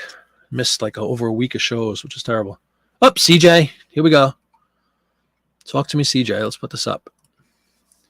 The cruise of the Northern Light expeditions and hunting in Alaska and Siberia. Bam! And this is a brand new book, right? Thank you, Michael. Yeah, I am. I'm much better. I think you were on my last show. If you remember, at the end of the show, I bailed early because I was losing my voice. And that was literally the next morning I woke up full-blown, sore throat going, coughing, phlegm, all that exciting stuff that goes with bronchitis. So got the antibiotics going. I still have a couple of days of antibiotics, but feeling much better. Got plenty of, which I haven't dabbled in yet, but I will be. Cough drop will be going in shortly because I'm out of my soda, which felt kind of good on my throat. But this is the most talking. What are we, almost 2 hours in already? An hour and 40 minutes. The most talking I've done in 10 days. But I do need to build up my voice again. Thank you, CJ. Now, there we go. You know what I mean? Here's something definitely I am going to be making mention of. And then just so everybody knows, at the bottom left over here, it's like an illustration. And it just says, a coffee expert of the Old South, combining and recombining many choice coffees, perfected the matchless mellow blend of Maxwell. Okay, so that's, I guess, the originator of Maxwell House coffee there, ladies and gentlemen. Yeah, it's not cool. Awful. All right, let's go back to the listing page. We'll get out of that blow up. Awful, Michael. Awful. Go back to our main listing tab. There we go. Well, thanks to CJ, we have all the information we need pertaining to Miss Borden, Mrs. Borden. Now it's just a matter of, obviously we can't fill all that into a, 80 icon or 80 character title. However, should I write Mrs. John Borden? Do we have her actual name, CJ? Or am I just not reading it? Maybe she's just known as Mrs. John Borden. Do we have a name on Mrs. Borden? Oh, it's right there, isn't it? No, it says Mrs. John Borden. Oh, Courtney, right? I think it's Courtney. Hang on. Yeah, it's Courtney. Let me put in, and maybe we'll need to fine tune a little bit. I'm just going to put Courtney Borden. Come on. Courtney Borden, maybe author. And then what's her book? Siberian something. Cruise of the Northern Light, which I'm not going to be able to fit unless I get rid of some stuff. Cruise. I'm not going to fit it, right? Cruise of, what about Northern? Well. What do we do in this situation? We do author. What we do is we use the feature that eBay has that I think a lot of people either don't know about or don't care about, but I use it a lot. Right here, add, you have the mandatory item specifics, as we all know too well. But we also have this little button you hit, add custom specific. And there's where you can put all kinds of goodies.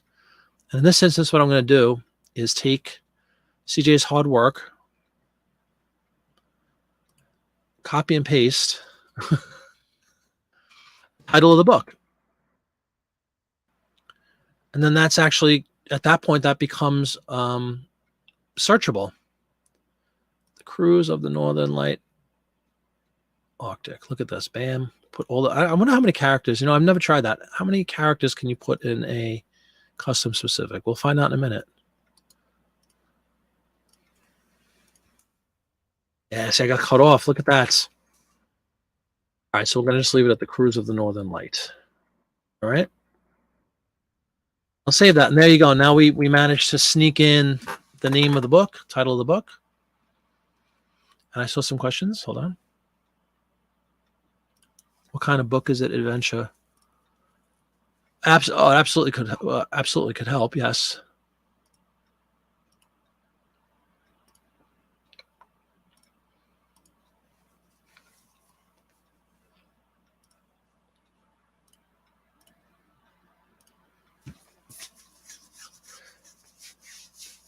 I'm trying to look up the book, everybody, to see if we can get a theme, or I mean, it's kind of self-explanatory in a way, right? Explorations and hunting in the Alaskan and Siberian Arctic. Is it a how-to book? Is it does it tell a tale? I'm going to try to find out. If anybody else wants to look, I'd appreciate it too. Because Michael's right. Like if we can just put, author adventure book or something like that. And then below where we've added the title, that's a lot of information for a coffee ad. Would you not agree? But what are we trying to do here? Here's the education piece. We're trying to market a product to a wide group of people, like not just wide group, meaning like amount of people, but to a wide spectrum of potential buyers, where we're not just honing in on the fact that it's a Maxwell, what's the word? A macro viewpoint of Maxwell House Coffee. We're trying to broaden that and say Maxwell House Coffee, Alaskan Tundra, adventure books, all that kind of. So we're expanding our visibility across multiple topics or multiple subjects. That's kind of the goal of all this stuff, unless it's so cut and dry like our first couple, Campbell's vegetable soup. Not going to have much more to add to on that one, but something like this. And I knew it would be. I swear I didn't look at any. I mean, I cut them out, but I didn't go into detail on any of these. But that's why I always look up if you have a name up there or something, or a photo, and there's a little footing, like a footnote at the bottom. I always dig in and read that stuff, because you'll pull out these little treasures. And I wanted, this is what I did want to mention. Radio show. Well, that's what we're going to fill the end with. Remember I showed everybody at the bottom right, listen to the Maxwell House radio show Monday nights. Excuse me. Almost back, not 100%.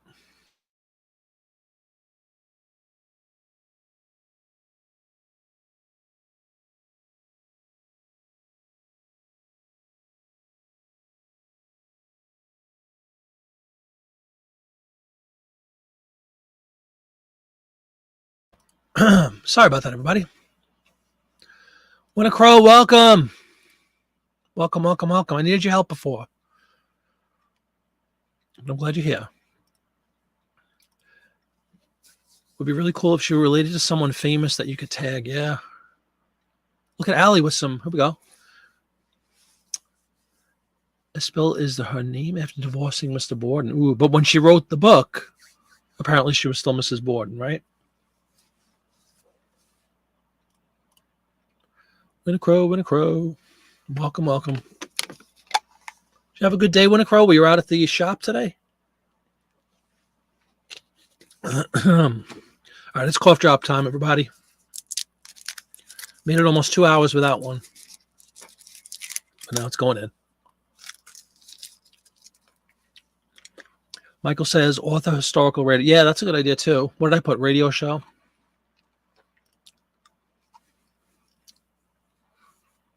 Old radio show?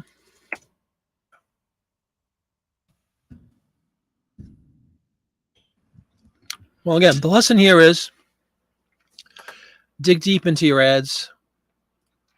Most people would just see this and say it's coffee. Ladies having coffee. Good night, right? We dig a little deeper. We pull out this Mrs. Borden out of nowhere. We pull out a book, and we pull out a radio show, all from one little coffee ad. I'm tempted to raise the price, but I'm not going to. I'm just, $15 for something that costs a penny or less.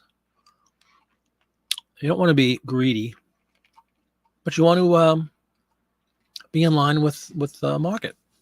That's what I try to do. Shop possessed it. Yes, it did rain. Rain here too.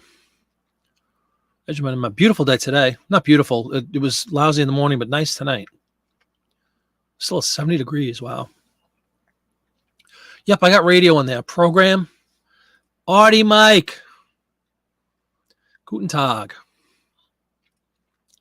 Here comes everybody. What were you guys sleeping? No, I went on early, and I think we talked about this earlier, but I'll mention again. No, Tom the Auction Professor tonight. He will not be doing his live show. It's the reason I started at 5. I certainly didn't want to, go up against Don or even risk coming too close to his show because I'm a big fan. I would want to watch his show, and I'm a moderator on his show. But he's not doing a show tonight, so we could absolutely keep going.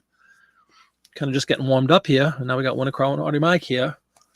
We got Michael Gardner doing great work. We got CJ doing great work. We got Allie doing great work. Got Lake Erie, who hopefully is still here. I don't know where Annie is, CJ. It's a very, very, very good point, though. Good question. Annie's been making some new videos recently, which is kind of cool.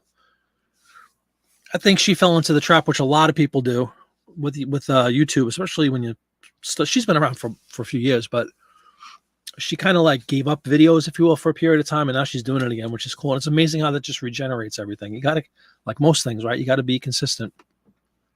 I'm mad that I missed a week with this stupid bronchitis. Maybe Annie will chime in. I hope she's doing all right. All right, I think we are going to let this one go. We hit on some cool, got the radio show, radio program, Winter Crow said, and I kind of agree. That's right. That's how they would refer to it. Look at that.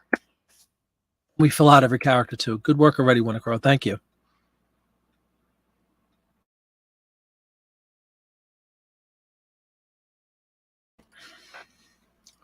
You ever get sick of hearing yourself cough? That's where I am, everybody. List. And just to bring Artie Mike and Winter Crow up to speed with what we're working with, we have a 1929 issue of McCall's magazine this evening, which is definitely different than just, 13 years prior. The last one was 1916.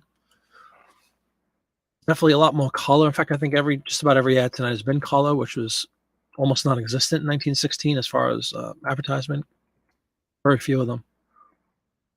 Of course, this one's black and white, but I think everyone prior to this was color. All right, that's the coffee ad. Let's see. So we are out of the world now officially of food and beverage. See, if Annie was here, Winter Crow is going to do a great job here, but if Annie was here, let me just pull up the ad and let's see if she knows what I'm going to say. Don is the best, the deal finder. I agree wholeheartedly. I've been watching him since he started on YouTube. Literally stumbled, sometimes it's funny how you find people on YouTube. He's been on since 2018. That was the last year I worked at a job, thank God. And at work, which is frowned upon typically, I would have YouTube on sometimes, very quietly. And I was getting heavily, I was doing eBay already, but I was really trying to get to a point where we could do this full time. And I was right there. And almost to the day, I suddenly stumble upon this guy, Don. I'm like, oh, wow. I forgot what the first video was, but like you said, Deal Finder, just, wealth of knowledge, educational, and beyond that, a really nice guy, a genuine guy, and somebody who loves to teach and will do anything for anybody. I will say that. He'll do it because he's done a lot for me. Any questions, I'm in his Patreon. I'm not trying to push sales of any kind, but I'm in his Patreon, and again, have been since he started his Patreon. And you want to talk about being worth the price of admission. He gives out so many tips, and he will drop anything for anyone and help you. So God bless you, Don. Don's mourning the loss of a family pet that he's had forever, and that's extremely heartbreaking, and I understand completely. So he's been out of commission a little bit, but I know he'll be back with a vengeance, and everything will be good. Well, anyway, what was I saying? When a crow and if Annie was here, you see this lady?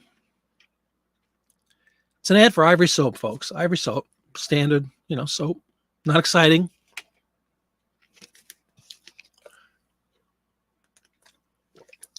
What was the word, when a crow, that we would always use for these? Is it flapper girls, the 20s? Do you think this qualifies as a flapper girl? Because if so, that was a really good keyword to add in there.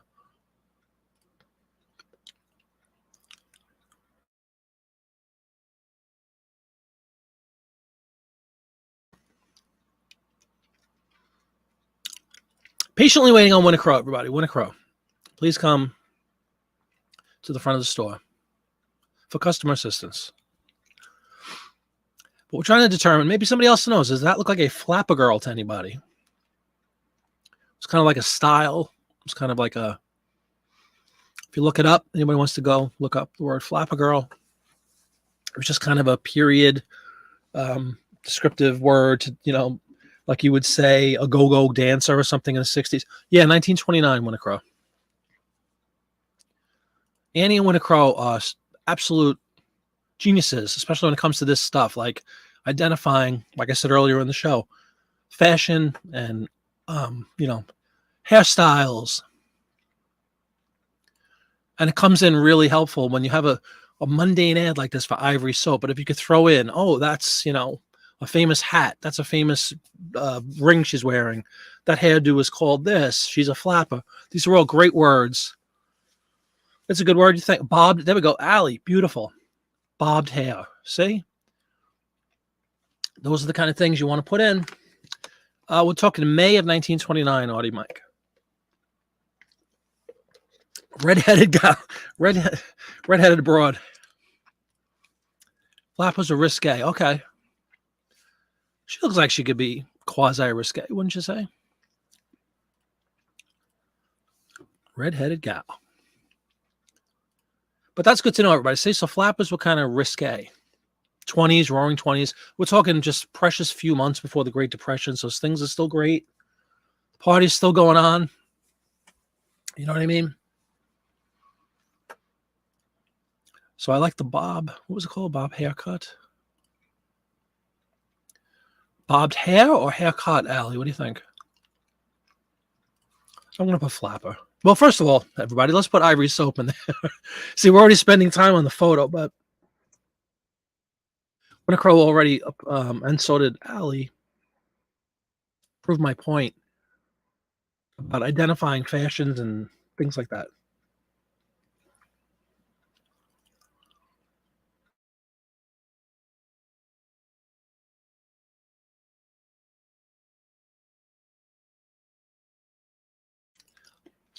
Hair, not always a cut. Oh, okay, cool. So we'll just put bobbed hair. Flapper hair bob? Is it hair bob or bob hair? Oh, my goodness. Let's get the category going, everybody. Soap. Let's change my store category. I have a category called what was it called? Personal care products. Oh, I just did something that I wanted to show everybody. You know how I always say multicolor? When you put a color in be careful. That's the product, not the color, Ivory. Lake Erie. Hey now. Yeah. For a night on the town 20 style. Ali says night on the town. Beautiful. When you put a color in your title, even though it's not the color, right? It's just the product, Ivory soap. It's going to default to or recommend that you suggest the color Ivory, which of course is not true. So just look out for that. Multicolor. And it's going to keep saying, make it Ivory, make it Ivory. No. And it's Ivory. Printed. All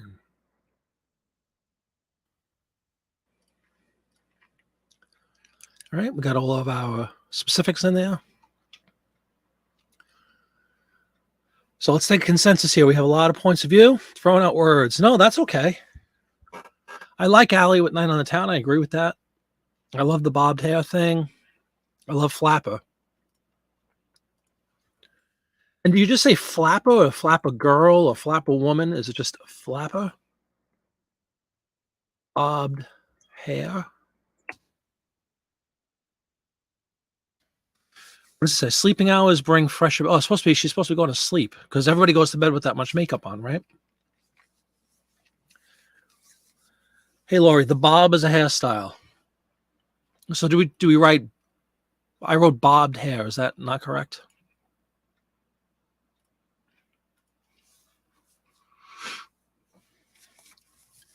I would just like to know how to properly word that. Again, keeping in mind that it's not really a sentence. Yeah, exactly. Went across sometimes, right. Again, great point. The word ivory, right, might trigger something in eBay that says you can't sell ivory. I'm not selling ivory. I'm selling a 90-year-old print ad for soap. But they just put these words in to be searching, to search and destroy. Just Flapper. Okay, cool. Thank you. Bob was used as a verb, so it should be okay. Bobbed hair, correct. Or an adjective even, right? Describing the state of the hair. It's been been bobbed. So we're getting so deep into this. Isn't it interesting? How you could take a simple little ad for soap and turn it into, wait a minute, bedtime care. All right, so we're just going to put Flapper. We're going to put bobbed hair. Bedtime care. What do we say? Fresh complexion. So that's too long. Fresh face. Vanity mirror. I like that. Good work, CJ. And thank you all for kicking in here. It's great to see everybody back and kicking in words. I like vanity mirror. Will fit. Yes, it will. To the T, CJ. All right, Winnie Crow, do you approve of this title? Everybody approve? Speak now. Or don't speak again. I like the CJ thought there, vanity mirror.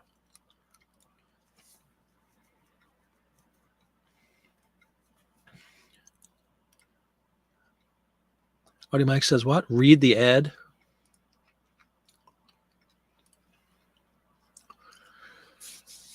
For 8 to 14 hours. It says something like, it's really small. I can't even read it when I blew it up. It's just a whole thing about using ivory soap before bedtime to make your skin soft. If something, ooh. Thank you, Michael. I appreciate that. Michael gives the blessing.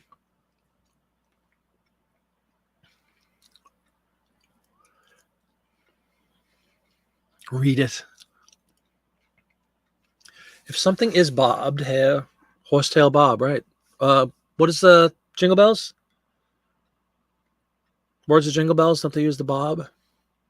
Bobtail nag? It's a certain cut. That's a great point. Is this a hand mirror or a vanity mirror? It's kind of this psychedelic rainbow design around the side. But it does look, is she holding a, read the title, okay. Read the title. 1929 Ivory Soap Vintage Print Ad. Flapper, Bobtail, Bedtime Care, Vanity Mirror. What do we think? I know there is some controversy about the state of, or the type of mirror we're dealing with. Is this indeed a handheld mirror? Or is it a vanity like CJ had alluded to?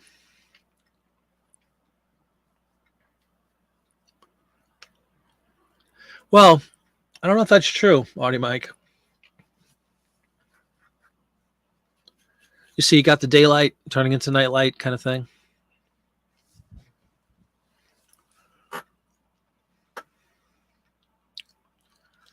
And it says bedtime routine, bedtime care. Yep, exactly, Allie. Very good. It's like the second or third time we've said the same thing at the same exact moment. It's supposed to be a bedtime ritual.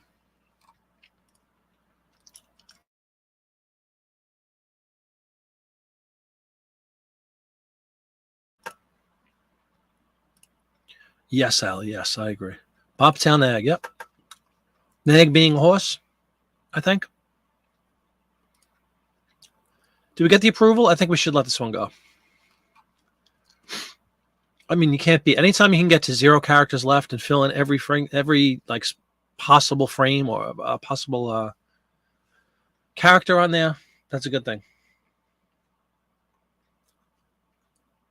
Put a comma between what? Vanity and mirror, and you get 2 words for the price of 1. I'm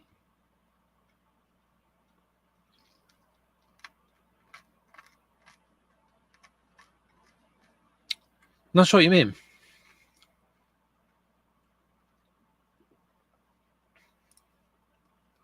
I have a space between vanity and mirror.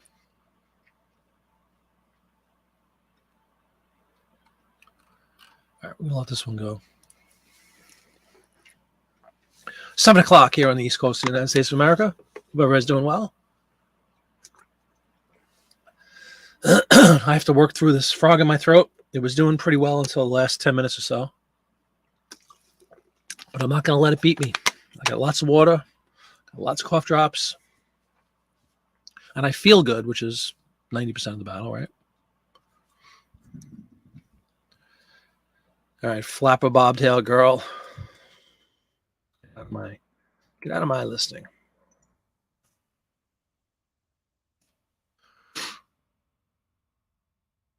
Please, if you haven't already done so, hit that like button for me. I would appreciate that. Does everybody know why we asked to hit the like button, by the way? Us, of course, I mean the YouTube community. Do you know why exactly we asked for the thumbs up or like button? Let me know if you know. Do you really think anybody cares? Okay. We still have a few color ads, which is kind of cool at this point in the game. What was the category of the last one? Soap. Okay. We don't have any more of those type of ads. Like, oh, yes, we do. We actually have, I say that, and then I look at this one. Let's do another soap ad, but it's a different type. And again, does everybody see how it looks kind of washed out? Does everybody also see this obscene use of lime green and everything that's driving me insane tonight? Lime green. Look at the dishware. Lime green. Yellow and lime green. Apparently the color of the 20s. I come across it all the time in my 20s ads and it always bothers me. I don't know why. Even down here. Yellow, lime green. This is Chipso.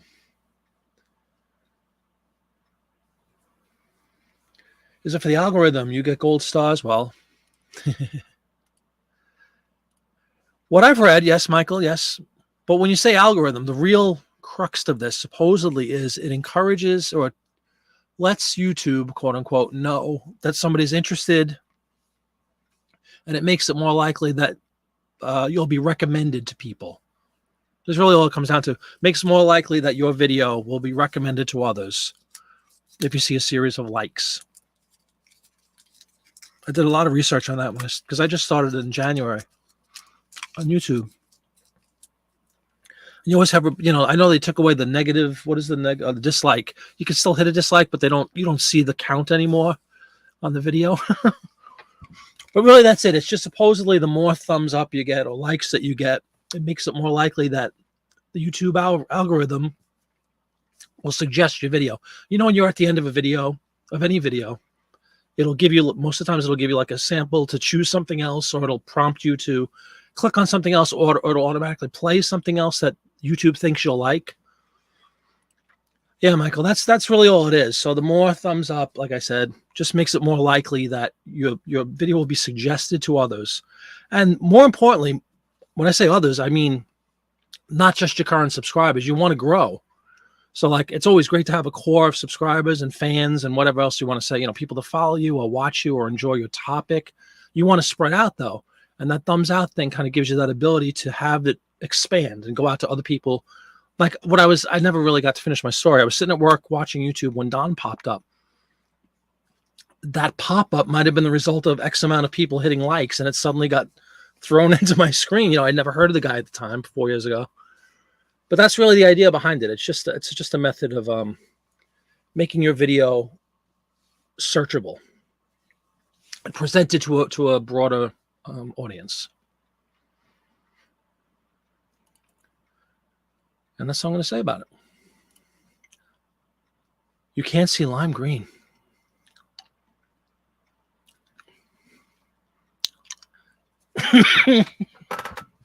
Mother never bathes, but boy, can she do those dishes. Anybody remember that? A few weeks ago, we were doing what was the ad, Winter Crow? It was something like this, like soap. Like it had like a split screen with like, father, and he's washing, and son, he's washing. Everybody else is washing themselves.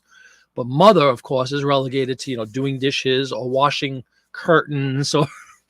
And we kept saying, well, mother doesn't get to bathe herself. It's kind of funny. Lime green all over the board here. Look at this. Lime green and yellow. You got yellow dishes, lime green on the side. Yeah, I don't get it. I don't get this keeping mother out of the bathtub at all costs, apparently. I don't really know what that's about. Well, this is just a good old Chipso Quick Suds household soap. Is mother sporting a bob? I'm not sure. All right, Allie, thank you very much. Appreciate you showing up. It was great. Come back soon. And please hit that thumbs up if you haven't. Some soap. It might have been Ivory. I'm not sure. All right, let's put in Chipso. Michael's, we don't have to change anything now because we're going to stay in the soap and detergent category. So all I'm going to do is copy and paste the brand from Ivory to Chipso. So listing even simpler. And what is it called? Household soap.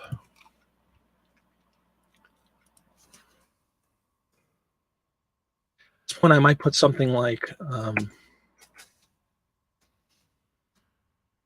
dishwashing.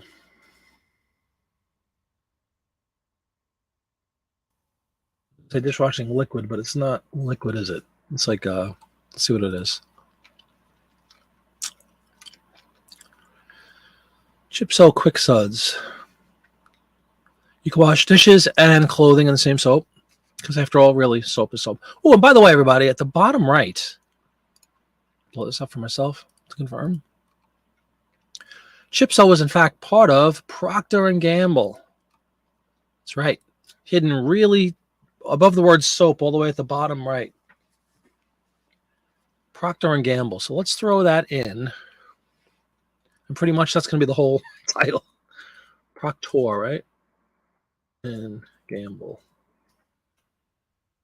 Let's make that our brand. So I think most people this day and age. I'm not going to be searching for Chipso. Whereas Procter & Gamble, still obviously a viable company as we speak, probably increases the likelihood of people finding this ad, which is what we want to do. Mom is sporting a bob. Yep, exactly. So, yep. But here's a case where I don't think we need to identify mom as sporting a bob. You know what I mean? It's not like a fashionable sort of advertisement. Dishwashing.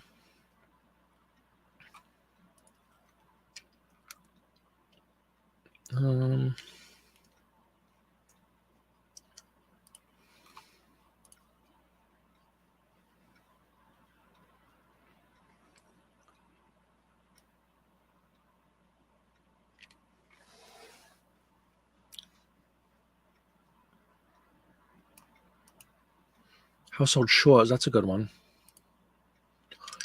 I was going to write, what if I just write housewife? Michael, what a phenomenal question. I have obviously depended on a whole bunch of, factors, right? Who's on the cover, what the topic is, what year it is. The most famous Life magazine covers are the Marilyn Monroe, 1952, two Beatle covers, 64 and 68. The infamous Magic Mushrooms with Burt Law, The Cowardly Lion, 1957. Those are the four biggest covers I could think of. I know anytime Marilyn Monroe was on it, but especially her first one was 1952, I'm pretty sure. That's the most valuable I know of. But in those instances, like if I have the magazine, I'll sell the whole magazine. Because, and I sold the bolt. I've talked about this. I sold the 1957 Burt Law for like over $200 a couple of years ago. That was in this huge 650 whatever magazine lot I got from Life a couple of years ago, and I knew nothing about that.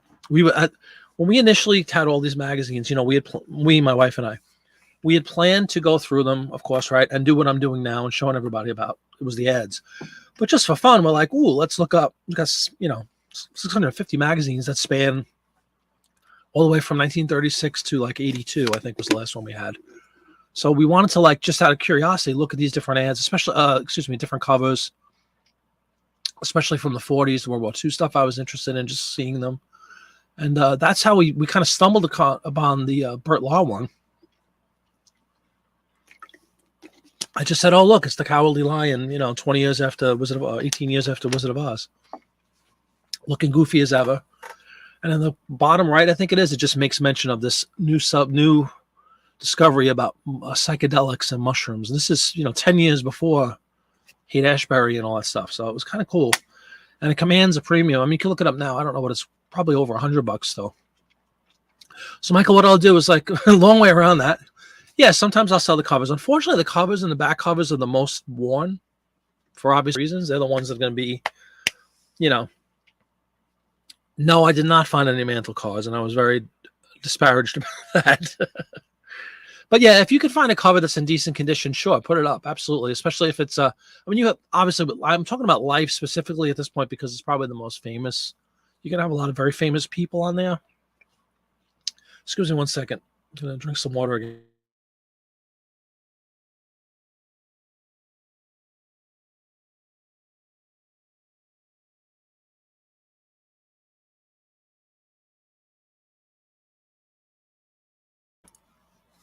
Deal Finder, what a great question. Yeah, there's an issue that has like Mickey Mantle baseball cards. No, it's not. Somebody took them out of that one that I had. So they were savvy enough. In fact, I do Deal Finder. The lot of Life magazines that I purchased out in Pittsburgh, the guy that gave them to me was a baseball card collector. And apparently in one of his big baseball card hauls or something, the guy gave him the stash of like Life magazines and he took them, but he didn't want them. He's like, I have no use for this. So that's why we got them for like 50 cents a magazine or so, I think it was.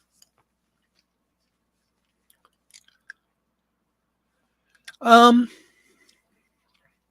going to make, if you've watched this show long enough and you've watched my videos, obviously $2 is still a tremendous price. You could sell one ad and sell, for Even if you made it for 10 bucks, you're making what, 5 times your money on one sheet.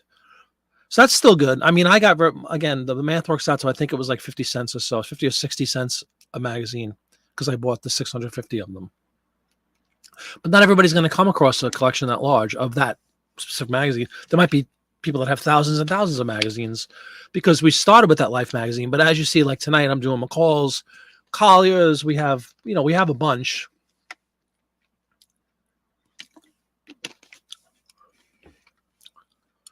So if you have an opportunity to buy, that's not bad. What is that, $330 or something?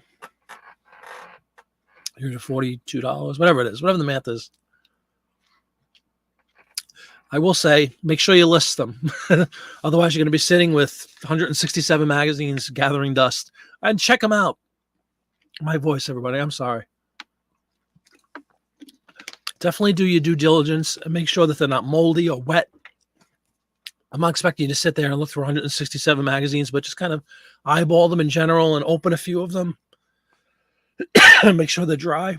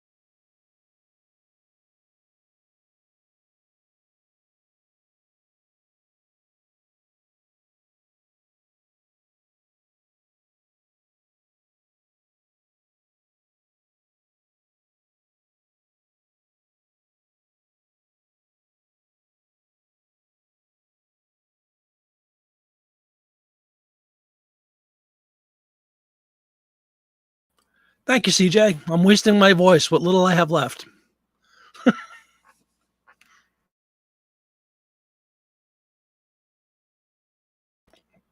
Audio should be back when Crow. I was choking to death and I had it on mute. I'm sorry about that. Michael, I was saying about the, hey, Karen Young, how are you? Welcome. Can you hear me, everybody? Now, I hope.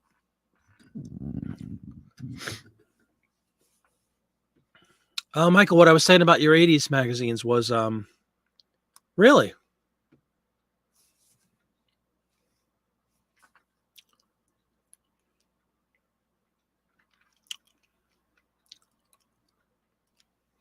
One, two.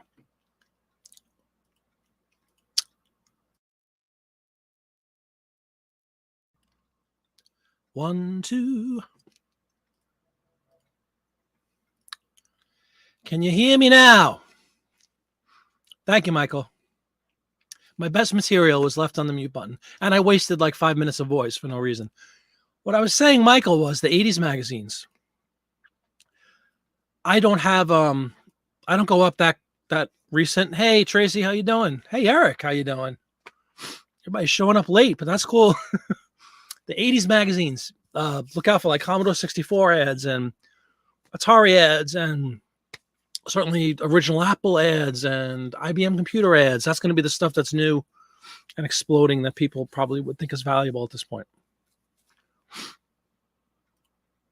I have a few magazines, but I don't think I'll come up with the time. Good to learn before I start. Yeah. And it'll motivate you, so you don't think you're just wasting your time cutting up a bunch of junk. You know what I mean?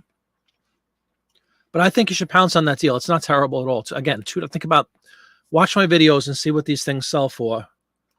And then think to yourself, can I spend $2 on a magazine? I think you could. Playing with toys. Is that a tease to an upcoming video project of some sort, Tracy?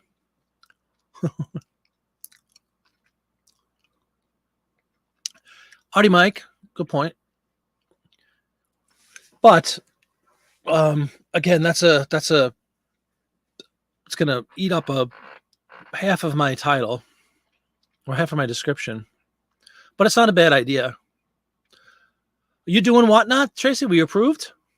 If so, congratulations. We were touching on that earlier in the program tonight. That's really great news if you're on there.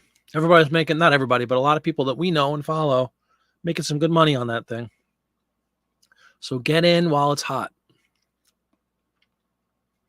Yeah, Michael, good luck. I mean, I'm certainly not, yeah, I saw already, Mike. Sorry, you said that, not the title, the description. Maybe, yeah. Michael, if you have the means to pick them up, pick them up.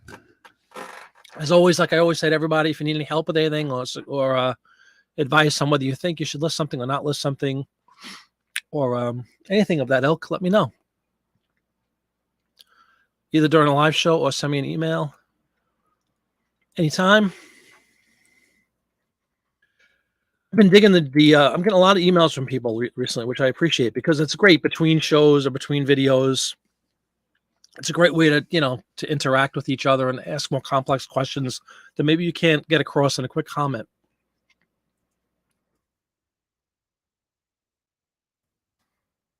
You guys can email me there. You're very welcome, Michael. Absolutely, I do. Alrighty, Mike. I think it's vital for the algorithm. Wow, congratulations. Why are you scared? Yeah, I figured that's what I was saying, Eric, before. The computers and videos and Ataris, and I had Atari. That's the end of my experience with video games, though. I never got into them. I loved Atari when it first came out. I used to play that. But I grew up. No, I'm only kidding. But I just never got into, like, I never played Nintendo or any of that stuff. I was, busy doing other things.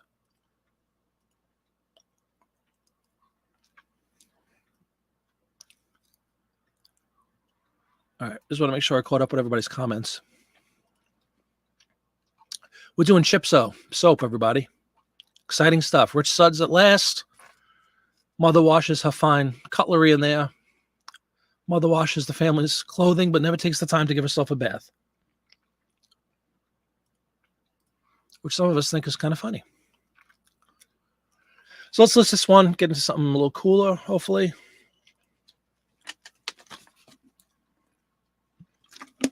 Oh, boy. Do you, Eric? That's cool. I have no idea what happened to my Atari, but I remember the games were like $35 a piece, which was obscenely expensive. It's probably, I have no idea what games go for now. Like a new game, if you went to buy a game, I don't know what they cost, but that was a big investment. Like in high school, when Atari came out, I was probably like 12 or 13 or something.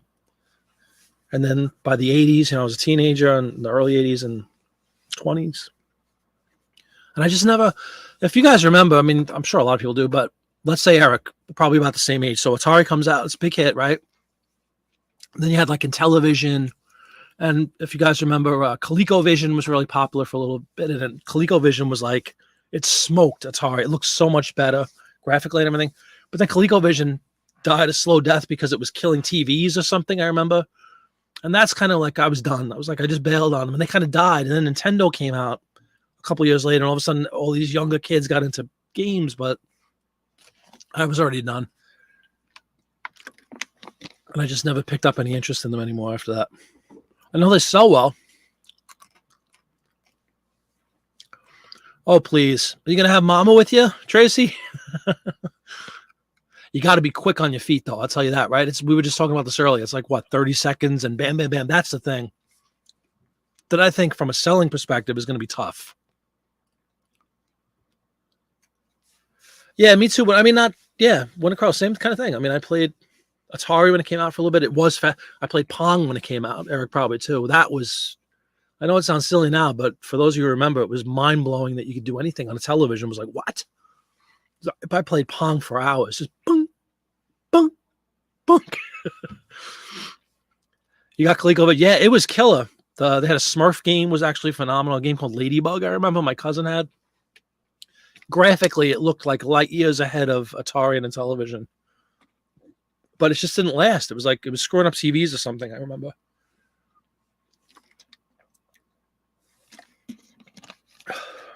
And now there's a very hot market. I know, games. And that's the kind of stuff that seems, I think Tracy will do great because that's the kind of stuff that sells supposedly on this new, on the whatnot stuff. Comic books and toys and sports cards and like that. I don't know if Chipso print ads from 1929 are going to go like gangbusters on whatnot. Again, I could be wrong. I could be sitting here laughing at it, and maybe that's the way. In Pong, we go way back. Remember Pong, Sears? That was out like 76, 75. That was like a few years before Atari. All right. Who do we have in the house that would laugh at this one? Probably everybody.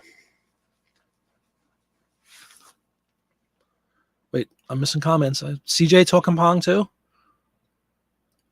Oh, please. Wasn't it? I remember being literally in shock like that. It was just the most amazing thing in the world. That your TV that you had grown up with just watching, treating it like a television. Suddenly this new thing, I was like, oh my God, my father brought it home. We're like blown away. And then I don't know if it was an evolution of Pong, but do you guys remember how like then they would call it like tennis? You could have like doubles tennis, and they had like one that was called hockey, and it was like 3 lines. It was like a squash or something. I think was one.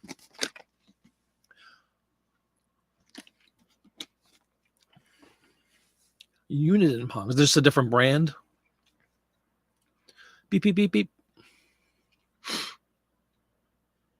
That's right. It did have a gun. I forgot about that. You attend what when Pong came out? Pong with the gun. Memories. All right, let's see what we have. I was saying I had a not comical, but I had something kind of funny. I don't know if it's time to bring that one out yet.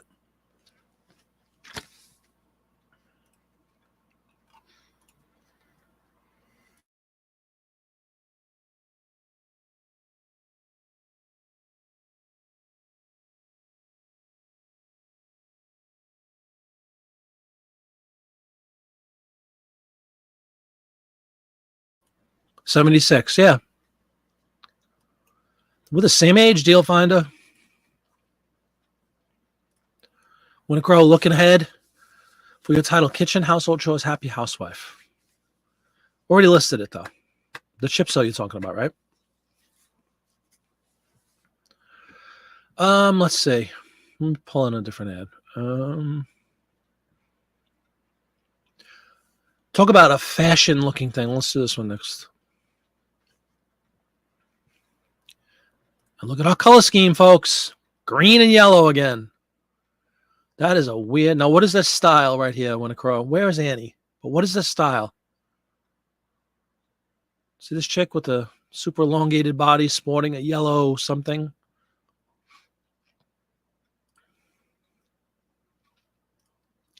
if you guys give this a gander for a couple of minutes, I'm going to go grab another bottle of water. I'll be down in 2 seconds. Be right back.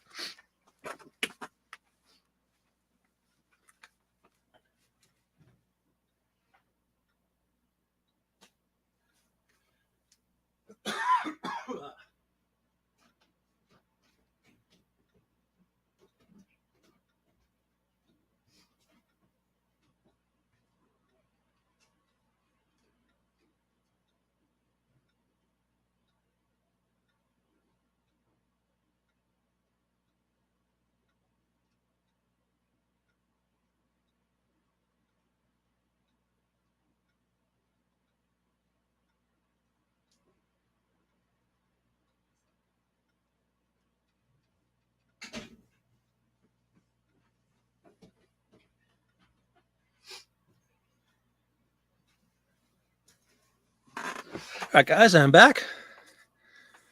72 Pong came out? Wow. I thought it was later than that.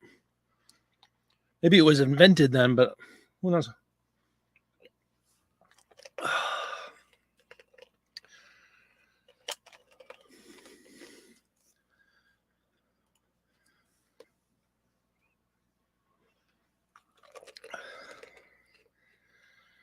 Every generation is worried about whatever the new thing is for the prior generation, right? Will radio spoil the minds of kids? Will TV spoil the minds? Will video games? Metropolis. That's actually probably what I was looking for. Yeah. Shh, don't say anything, Eric. Modern Girl, flat-chested flapper. The Metropolis thing. Yeah, that's the movie, the famous movie, right?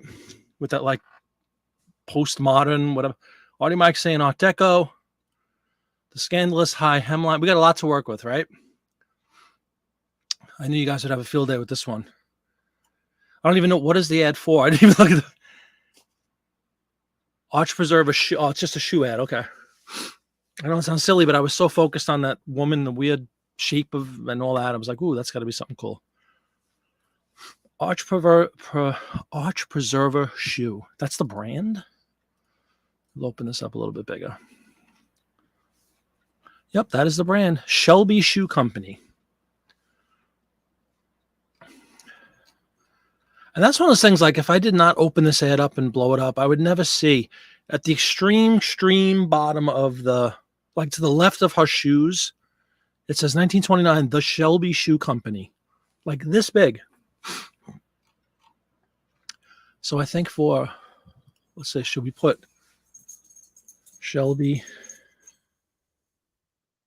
Shoe Company? And then what is it called? Arch Preserver.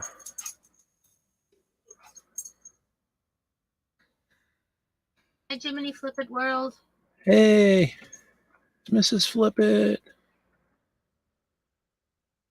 Proud of her husband for putting up for 2.5 hours of speaking. A voice.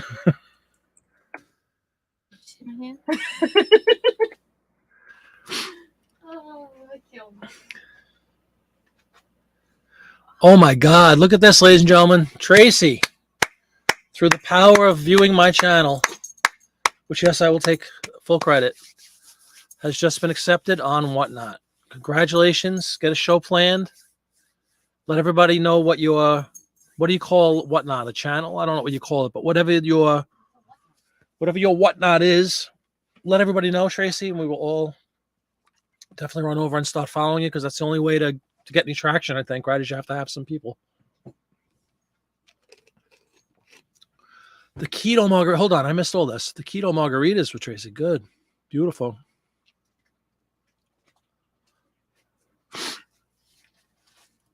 $1987 Ventures, everybody.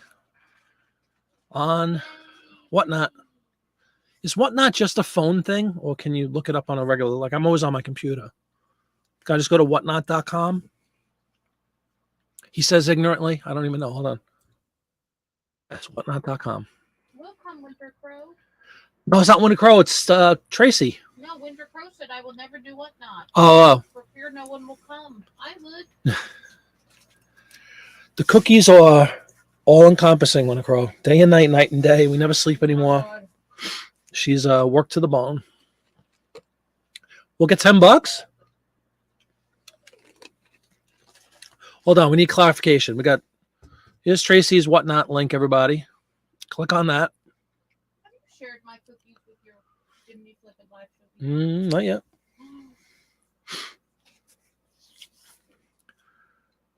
This is great. So everybody, you get $10 to spend on Whatnot? I guess, is that how it works? Hey. Don't I wish? I'm drinking Propel berry flavored water. Here's my cheers, everybody. Very cool, Tracy. That's really cool. You got to set up a show, let everybody know. Let me know for sure, and then let everybody know. And we will watch.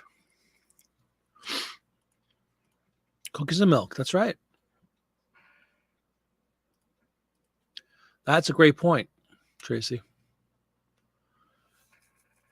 Do they usually start these things really cheap? The auctions? Like, even if the 30 seconds, how cheap can you go? You got to give people time to bid it up, don't you?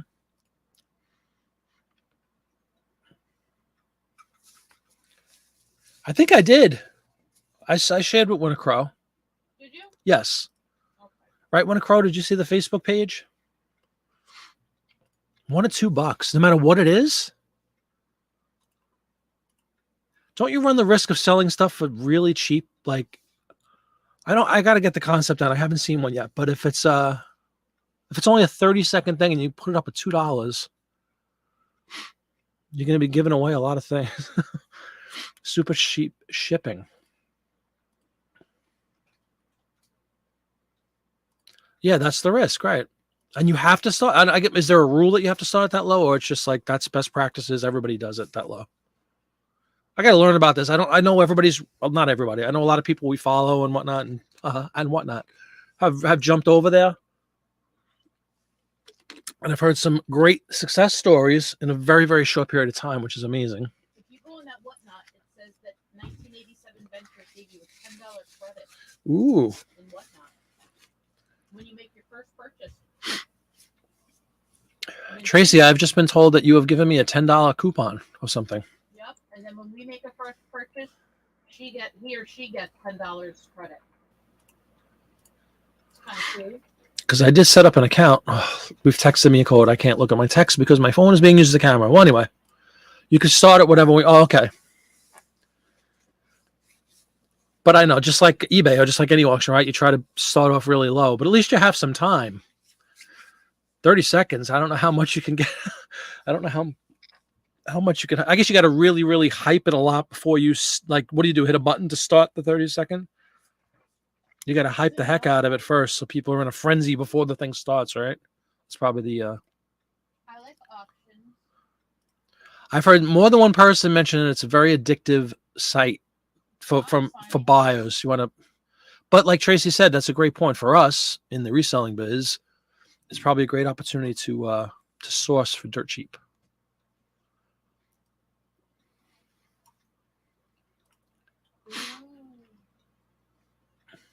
Beautiful, beautiful.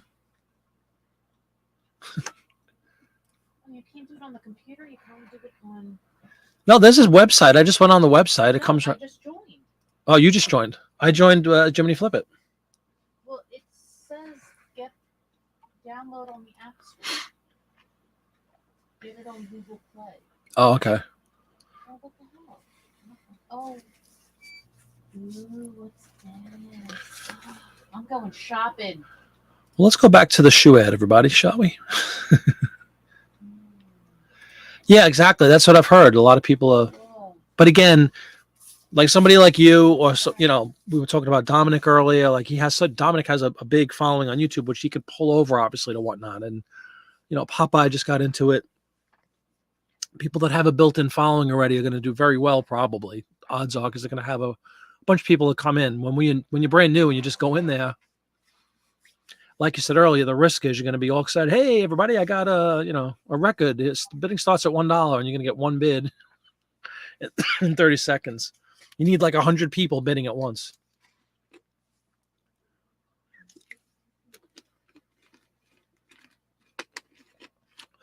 I think eBay auctions are wiping themselves out. I don't have any auction. Everything is buy it now. Heard so many stories about people that don't pay for the auctions. You wind up having to relist it. It's a pain in the neck.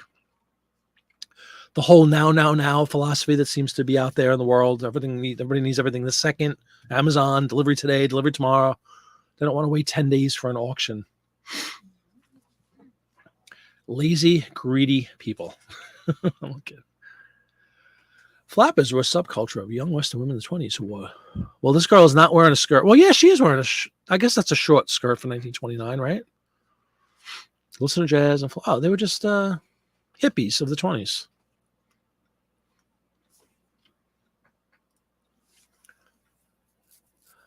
Oh, yeah, gambling. That's the word. Exactly. That rush that people get pulling a lever at a slot machine, right? Well, good luck, guys. That's really cool, though, Tracy. You got to plan this first one and get as many people as you can, right? In the very first one. And you plan on selling toys mostly? What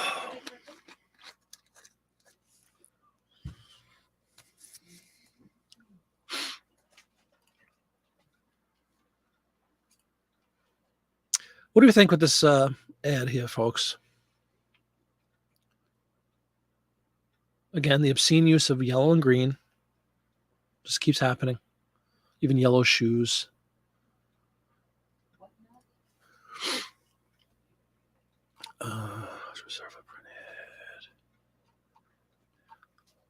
What was that word you used, Winter Crow? Metropolis, right? Anybody else have an idea about words we could use for the style of this flapper? I think Metropolis is good. Famous movie, right? Where they all look like that. Flapper. And is she sporting a bob? We can't really tell because she's wearing some kind of weird headpiece, right?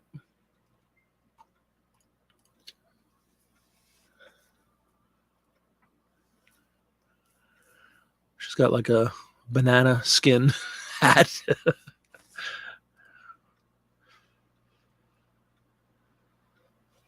Was there a corresponding word for guys of the 20s? Flappers were girls, and who were the cool guys? Actually, I think I know the answer. Didn't they call them Valentinos or something? Like Rudy Valentino. As we reach for the Bavarian style pretzel, so I can assure that I will choke again on this show.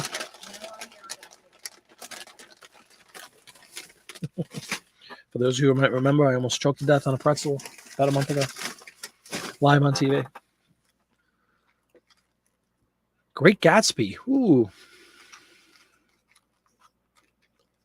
Dapper Dan. That's funny, Michael. Maybe. I think that was before that. She's wearing a what? Klausch? I agree. It really is good artwork. Hold on, Tracy. Hats. Clothing, hats, your mugs, and jewelry. Wow. Well, once again, Tracy, all the luck in the world to you. And we've already subscribed to you. And just let us know when that first show takes place. And everybody I know will hype it up for you. And I can't wait to watch. And I'm sure you won't show that you're nervous at all. There's people that do well, that make more money in one night than they can make in a month on eBay. I do know that. What is a Klausch, Winnicrow? I have to look this up now.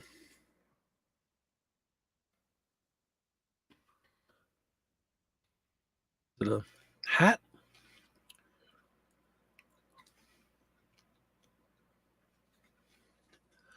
A fitted bell-shaped hat. Invented in 1908. They were especially popular from 1922 to 1933. So we are right in the heart of the popularity of the Klausch hat. Can you show the ad again? I'm actually going to put that in, though. I like that. I'm not going to put that in. We'll get rid of Metropolis.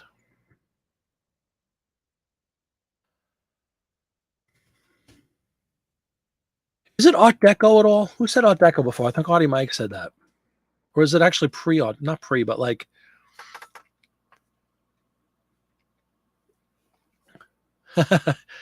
You're very welcome. And thank you. Yeah, I'm much better. Yeah, go Mange. Definitely Art Deco.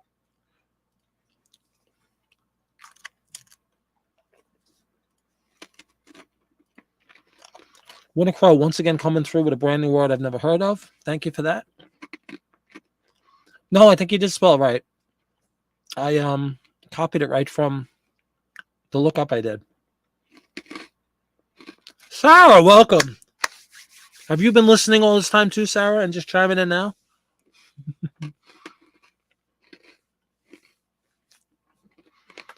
More Art Deco than Art Nouveau.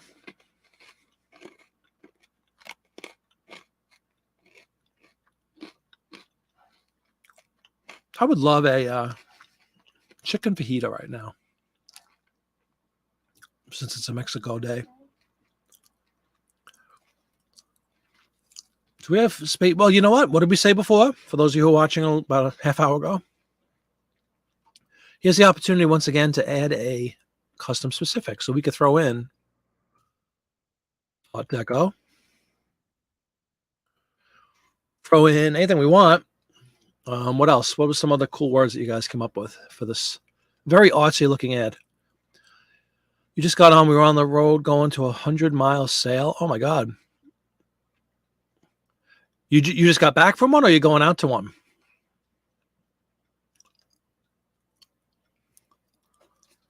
Winnie Crow not able to type. She has lost the ability to type this evening, ladies and gentlemen. You just got back from a sale, Sarah, or are you heading to a sale? I'm sorry, I don't know if I read this right. All right, we have thrown in the Art Deco as a custom specific. I'm trying to look back and see if anybody else came up with some cool descriptive. Maybe I'll put Metropolis in that part.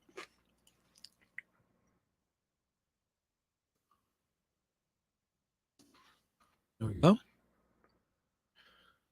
going to jack up the price on this thing. I just think it warrants it. It's a cool. Go for the gusto. Not something you see every day, right? I don't know if it's a popular brand from the time.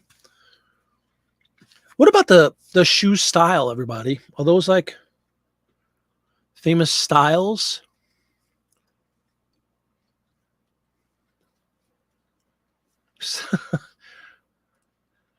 Oh, Devil Dog. When's the last time?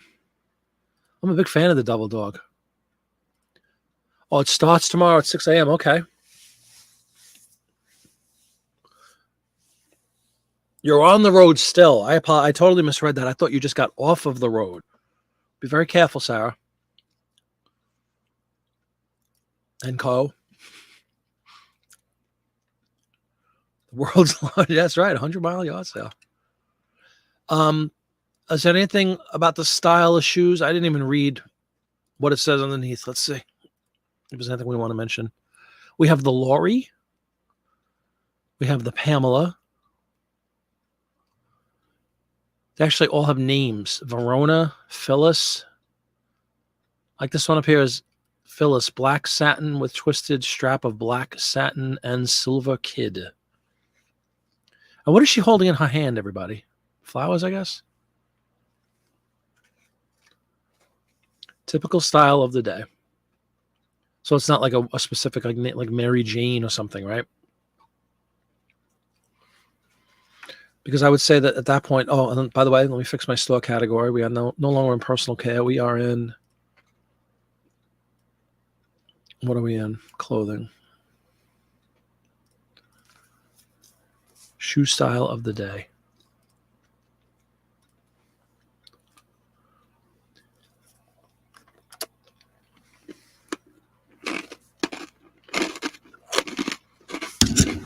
Oh, excuse me. You think so, Winnie Crow? Cool. I hope so. Now that would look really cool in somebody's office or on display in a haberdashery or in a clothing store of some sort. I think that would look really cool. And you're right about fashion people that are into this stuff. All right. Well, we got a price at a premium. We still have 9 characters. Any other words anybody could think of really quick? Did I write shoes? Yes. Show Shoe Company. Heels. How about that?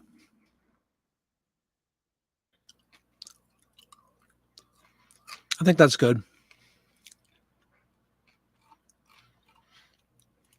But I agree. I think that's a kind of unique looking, very cool advertisement. Quite a bit more ornate than, some of these really basic black and white things, right? That we saw.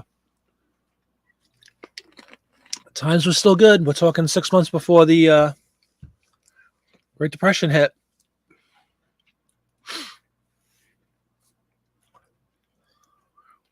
Alrighty.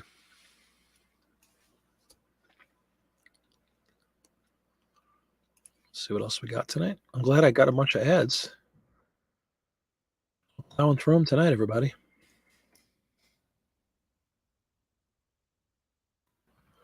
Do we have any other clothing? Shoes, clothing. No, we do not. We have. Oh, this one is just for Winnie Crow. She had asked about this once. That's right, ladies and gentlemen.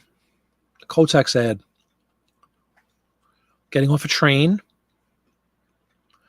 Gives women the freedom, comfort, and standards of health like never before possible. In the title,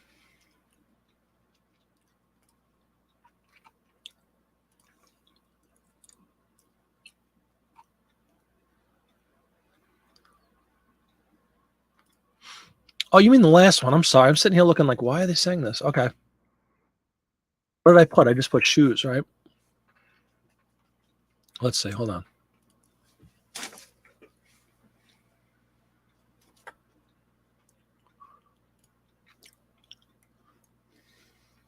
Good job, Michael. I'm going to reread the previous one. 1929. Here, check it out, guys. I'm going to put it in the comment. This way Winter Crow can read it.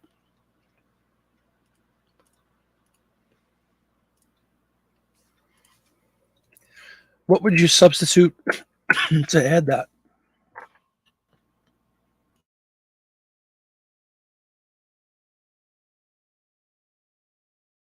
That's the previous title we had. So what would you guys omit?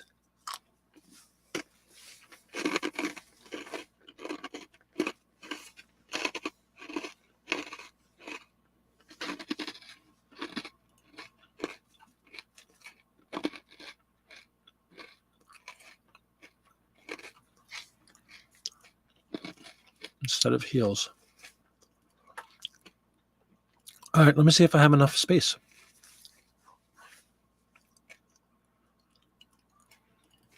I won't have enough space. Yes, I will. Okay, I have updated. It said after hat, we have footwear. I have updated, listing accordingly. Thank you, Michael.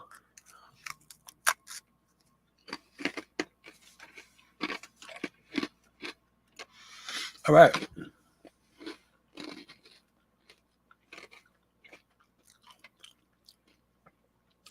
Back to our Kotex, everybody. I did win a crow. I put in footwear. Thank you, Michael. Here we go again. When mother wants to have her sanitary needs met because she can never take a bath, she always has to reach for the Kotex. I don't even want to know what you're talking about.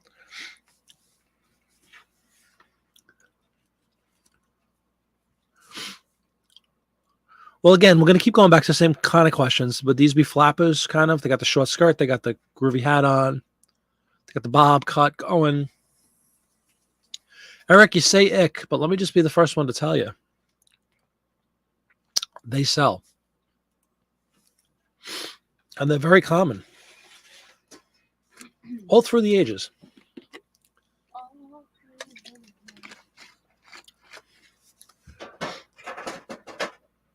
Oh, my goodness. My throat, everybody.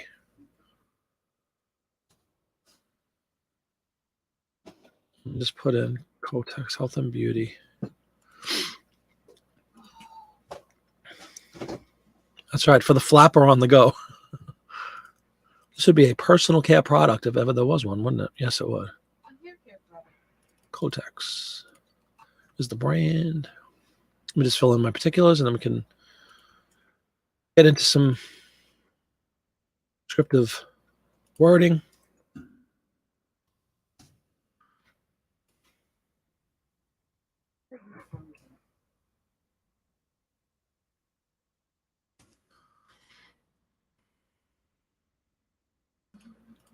United States and health ads. Let's put this back to a reasonable $15. Traveling flappers luggage. Yeah, they're on a train too, Sarah, right? I think we want to get the train in there. Train's uber popular.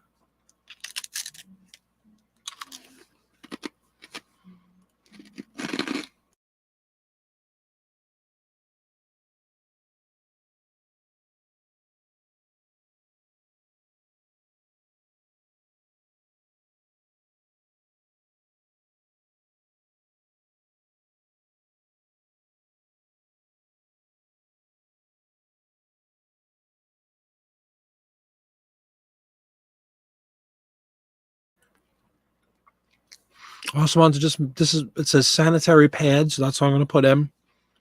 And then we'll do flappers, train luggage. Actually, a lot, believe it or not, a lot going on. Like a lot of different things we could pull up, right? The flappers. What about the should I put bob cut or something again? But supersize, travel tourism. Not about tourism, but travel certainly. Train travel.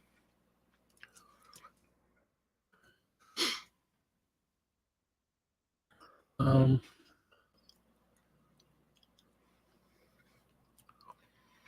we have any what's the consensus on the bob cut thing? Do these qualify as a bob cut? I know she's wearing a hat, but I think the second girl, it's her hair, I think.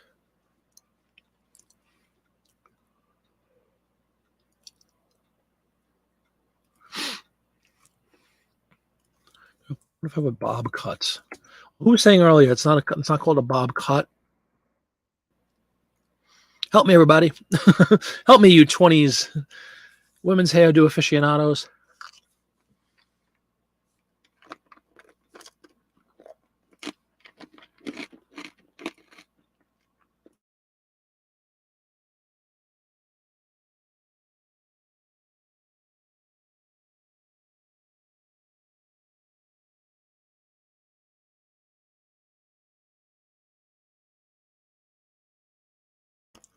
Thank you, Sarah, giving it the blessing. Here we go. A factoid from Eric. There you go. So they're only a 10-year-old product at this point.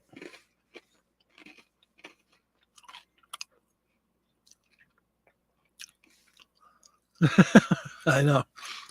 But trains, people might bypass. I've mentioned this in videos previously, but it's really true. Sometimes the product itself is irrelevant. They're looking for those other elements like a train. We always talk about dogs, horses, elephants, alligators. If there's a horse in an ad, regardless of what the ad is, horse people are going to want it. If there's a dog in an ad, regardless of what the ad is for, they're going to want the dog ad. And specific breeds, you break down your dog ads into specific breeds too. German Shepherd, Hound. And then people that are into hounds or frog. Frog is another one. People love frogs. People collect frogs. So whether it's an advertisement for Planters Peanuts and there's a frog in the corner, or an advertisement for Kotex and there's a frog in the corner, or an advertisement for an airline and there's a frog in the corner, they're going to buy it because it's a frog. Which is why I want to that's why I'm kind of spending a little extra time on some of these things on purpose, to show everybody like the little details. Like, and Winnie Crow joked about it, but it's really true. That's a train. And people might they love trains. They collect all things trains, and they don't really care. It's a Kotex or Coca-Cola, or they're not collecting the brand. They're collecting the topic. And in this case, train might just jump out, or somebody might be into luggage for whatever reason, or people might be into the bob haircut, seriously, or collect all things flapper. That's why you kind of want to hit on all these different keywords and not just keep it really shallow and just say, Kotex ad, period. You want to put all these different elements in. Because like when Crow said, it's true. The train guy's he might go eek like Eric did when it's a Kotex, but he's like, I don't care. It's a train. It's a cool train. So that's kind of the stuff we're, pointing out. We don't have to get too detailed once we say flapper. Flapper kind of covers all that, right? Yeah, I did. I put in all that, didn't I? I know you can't read it, but I put Kotex, right? And then I put flappers, train, travel, luggage, bob cut. And that takes us right to just one character left, which I think is pretty good work.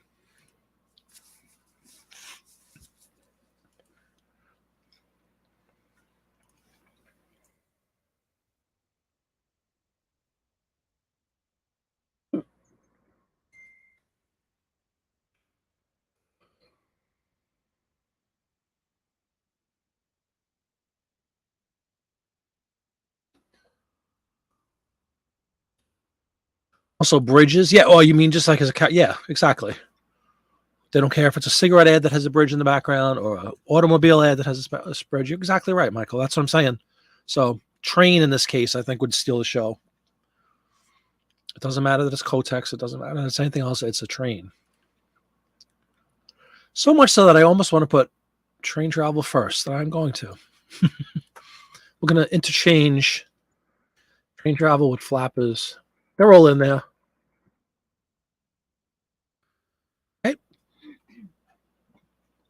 As Eric continues his investigative reporting,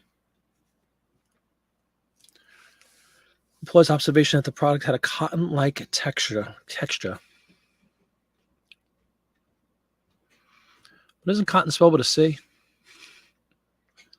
That's cool. So it's just a play on words. That's actually very good. Cotton texture. Interesting. Thank you, Winnicrow. I try. Dabbling in this thing. All right, let's let the Kotex go, will you? Just let the Kotex go. So we got the groovy shoes. We got the Kotex out of the way. So we got a cool fashion ad. We got a train ad for sanitary napkins. And now, moving right along, 8 o'clock, ladies and gentlemen, we're past the 3-hour mark and showing no signs of stopping. As new people start to make their way in on this. What is today? Thursday night.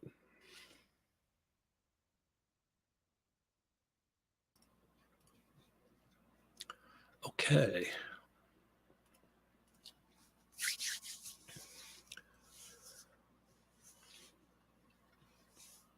All right, where are my car people? We have a nice car ad coming up. And being it's 1929, is there any other color combination available on the planet than green and yellow? Nope. Green and yellow, ladies and gentlemen. A green car with a yellow suit. It just doesn't stop, everybody. It doesn't stop. Travis takes his eyes out of his books. Welcome aboard, Travis Griffin, my cohort in the weekly live chat shows. Only in America, Travis. Thank you, Deal Finder. Thank you. So are you guys. Everybody's contributing. Early trains were considered dangerous for women. 50 miles an hour, the speed would cause women's uterus to fly out. Well, now that would be, I'm thinking 2 things. Lawsuit. What's the other thing? Disgusting. Tragic. That is one of the funnier comments I've ever read, though, Travis. In typical fashion, turns on the computer, says, oh, let's check out Marty's show. You got Eric giving us the background of Kotex. Yep. Only on this show. All right, let's leave the world of Kotex behind, everybody. We have a very cool Essex, 1929 Essex, the Challenger, green car, because it's 1929. Everything is green and yellow, as we've already discerned.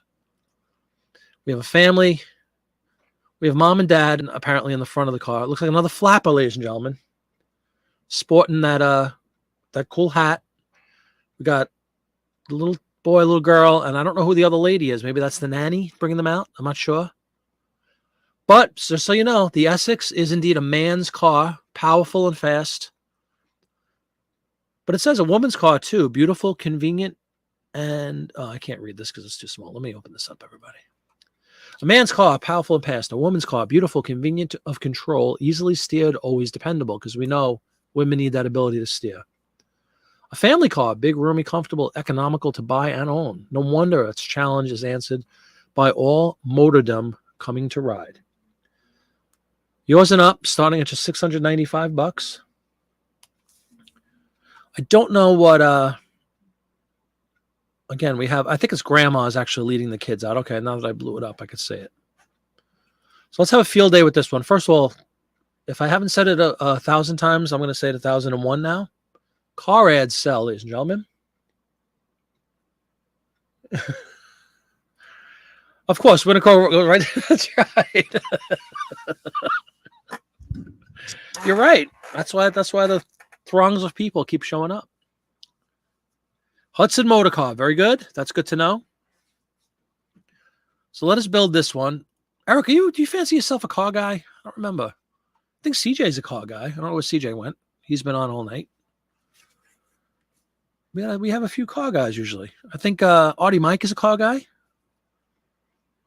Well, anyway, we have the X6 Challenger made by the Hudson Motor Company.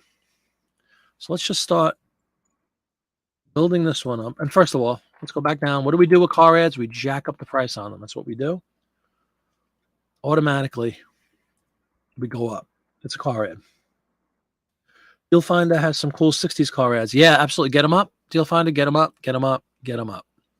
You know what I forgot to ask? That the hall you're thinking of picking up, what was it, 160 some odd lives? Does it cover a pretty wide span of years or decades? Or is it all kind of, you know, is it like all 60s, all 40s, all 50s? I'm just curious. Way to go, CJ. List and print ads. Contagious, everybody. Contagious. I think this will qualify as a classic, Eric. Would you?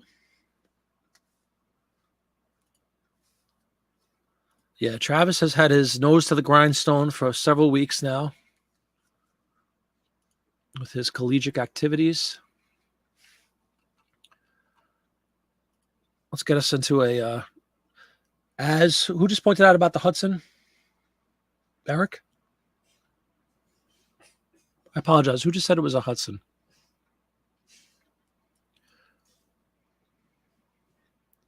Well, anyway, whoever said it was a Hudson, I'm sorry. Yeah, Eric said that. Absolutely. It's a Hudson. And as you can see, there is a category down here for, just by putting in Essex, bam, it's in the Hudson automobile category, which saves us some precious space in the title. We don't have to use the word Hudson. It's in the Hudson category. Let's fill out the basic nonsense. Original print ad, multicolor, 1929. Hudson would be the Essex. It has not been modified. It has been enhanced by virtue of my incredible skill carving out undesirable pieces of paper. 1929. All right, so we got all the specifics in there. Now, everybody, let's take a look. Let me know your thoughts. We definitely have like a family scene. We have the chimney of a house in the background. Essex was third in sales that year. CJ?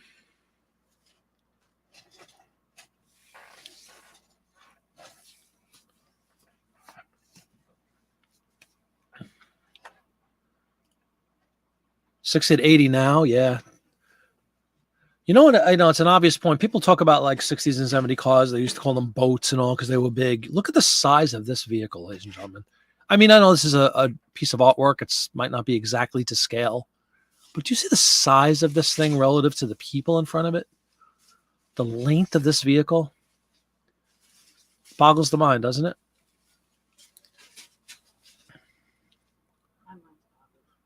Tracy, are you back from your gorging yourself with Mexican food with your husband? Excuse me, everybody. Oh, hold on, CJ. Who gave Michael's 30s to 70s? Yes, Life magazine, 1936. You will see, Michael, as you go through the 30s ads, specifically being the Great Depression and whatnot. Ads are kind of scarce in those magazines. And when I say scarce, maybe you get 10. Once you get into 1940, 41, the ads like quadruple. You'll still make money on the 30s ads, but because of I guess the reason was the Depression, but they're not as fruitful as far as pulling out ads. But from the 40s and on, and prior to the Depression, even like we're in the 20s here, right? Teens, 20s, turn of the century, all filled with ads. But the 30s, there is definitely a little bit of a letdown as far as volume. The magazines were thinner too. And Life magazine specifically, because 1936 it had just come out, and being a new, like anything new, they just didn't have that many people that wanted to advertise in it yet. It wasn't a known commodity. And the magazines are pretty thin. They're only like 30 pages or so, and then later on they get much, much thicker.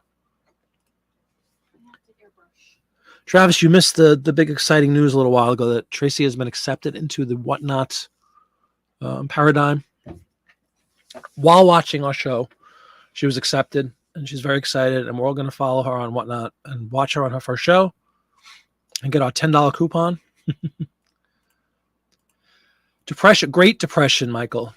Yes, you could definitely use Great Depression as a descriptor in those ads that are applicable, 30s. Yeah. You know, I would highly recommend that. Just like you'll see later. And again, I think maybe the next show we'll do a World War II. I always talk about it. WWII or WW2. I put II. Mandatory. People absolutely. What did we just say about what was the ad? The Kotex ad that nobody really cares. It's Kotex. It's a train. World War II. Same kind of thing. People will collect everything to do with World War II. They don't care if it's chuck wagon dog food or a train or a car or a tank or airplane. It's World War II. It could be a kid's, Buster Brown kid's shoes, but it's World War II. You're very welcome. I was expecting it, to be honest with you, Travis, but we let this one go. She gave me a $10 coupon, so we'll call it a draw.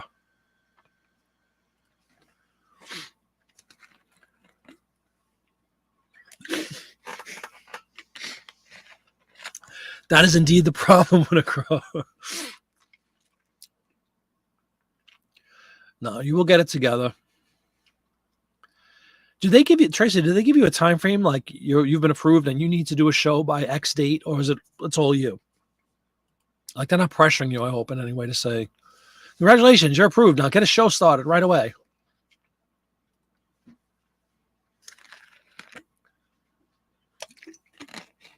Let's go back to our Essex.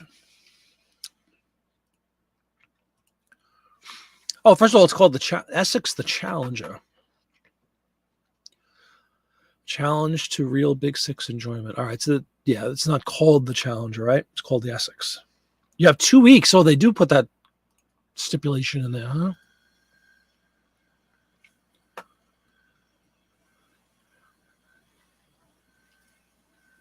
Assuming you're listing Kotex items, SEO include sanitary. What do we use? Oh, did you just chime in at the beginning of or the end of the Kotex thing? We laugh, but I swear to you, they sell really well. I have tons of them up, Kotex ads, from all different decades.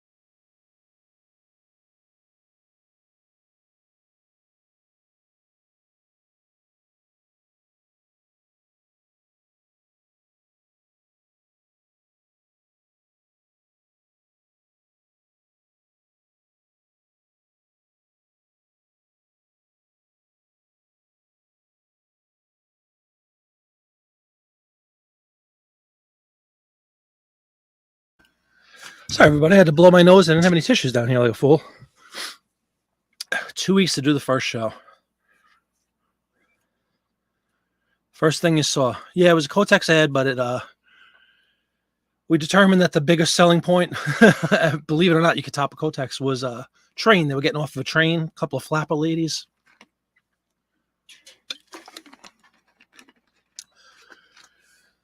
Are you froze? I think I'm still good. Am I good, everybody? I can see myself on YouTube and everything's working.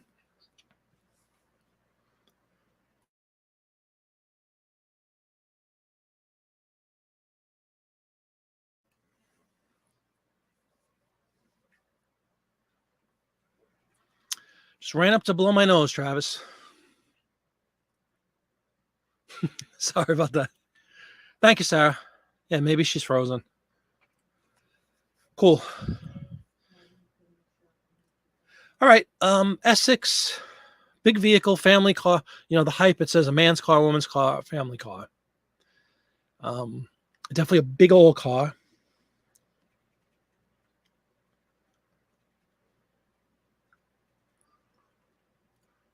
What are some keywords you would use, ladies and gentlemen?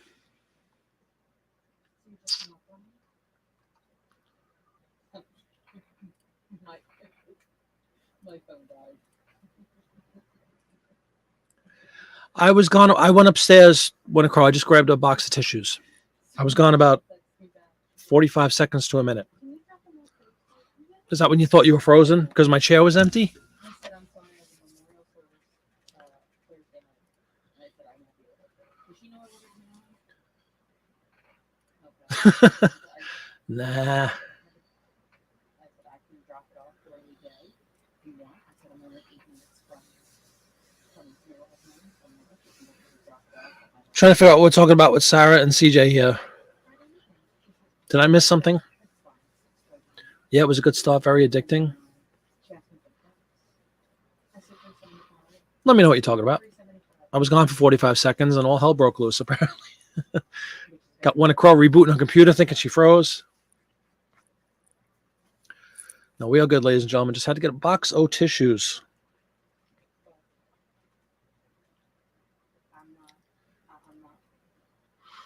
Well, again, I throw it out there to oh, that CJ's print is listing ads. Cool, Sarah. Yeah.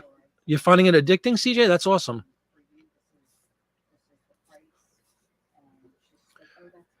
Green car. Family vehicle. Family car. A family car.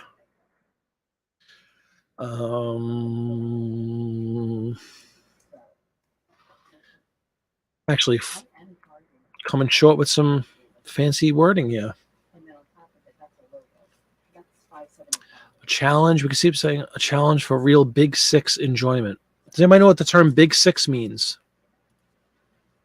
Challenge. Big six. Big six. Yes, Sarah, how have your ads been? Your ad sales been? Good question.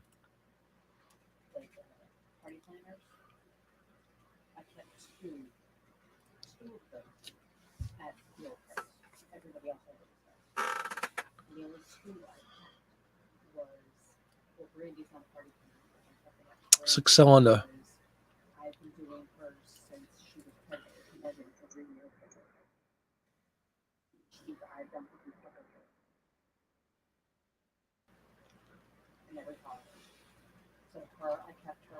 There's a ton. The reason I asked, and that was your guess, obviously, right? That it was a six-cylinder. There are tons of car ads from this period and earlier. Still choking, everybody. Still choking. My God. Supposed to be singing in 48 hours for a boatload of people. Big Six. And I think there was another one, but they're very popular. Like that. If you guys remember from the earlier ads we did, like this is 1929, the ads from the teens or like turn of the century, especially where they were booked as horseless carriages, not even calling them cars yet, horseless carriages. They didn't really have names, you know. There wasn't the Cadillac Seville, it wasn't anything like that. It was just like the Ford travel vehicle, the Ford, what is it called? The Ford. Of course, we had the Model T later, but they had they were very, very simple, like town car, roadster, you know, things like that. They were very, very general. And Big Six was just one of those things that I see all the time. So I wasn't asking the question, Michael, as like a trivia, like, hey, you guys know what it means? I don't know what it means, but it was very common, like across different brands. Like in this one, we have an Essex, the Ford Big Six. Like they all had something called the Big Six.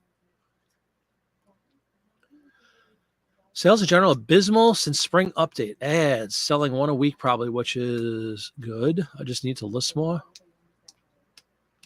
Again, we question how many ad listings do you have up, Sarah? I won't kill my voice. It's just certain things. It's funny. Like I'm fine like now, and then like you get this weird little tickle, and it's just bronchitis. I still have a little congestion coming up in my when I cough and stuff with my chest. Still on my amoxicillin. I'm sorry to hear your sales are abysmal, Sarah. What do you sell? Do you sell a whole host of things? Do you specialize in anything specific?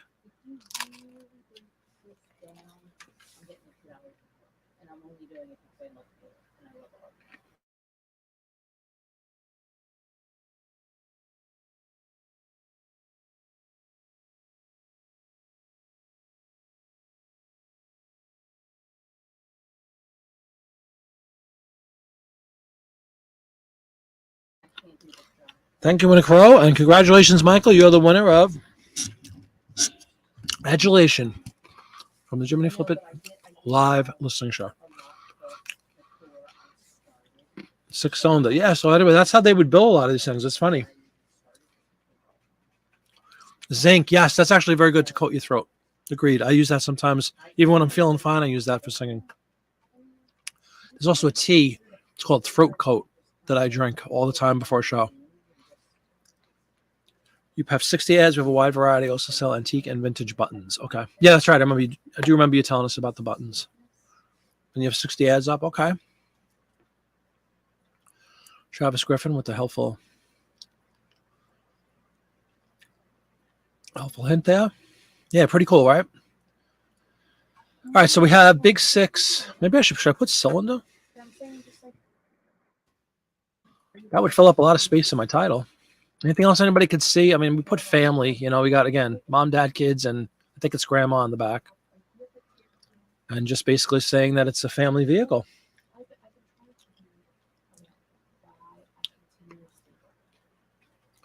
Deal Finder also having some difficulty with sales, attributing to tax time. Yeah, maybe. And then there's a whole host of people that get refunds, right, last month or a few weeks ago that you would think would be anxious to spend said windfall on eBay stuff. I like Suburbs, actually. Mid-century, everybody uses, Travis. And I you know, do I have any ads? We were on a listing show a little while ago, and who was it that kept telling me about? Somebody kept writing about mid-century to me, every single ad. I'd wind up having it in like half of my ads. I know it's a popular search term, though. The thing is, this is 1929, which is hardly mid-century, right? I do like Suburban. Like Suburban Scene or something, but I don't think we'll be able to fit Suburban.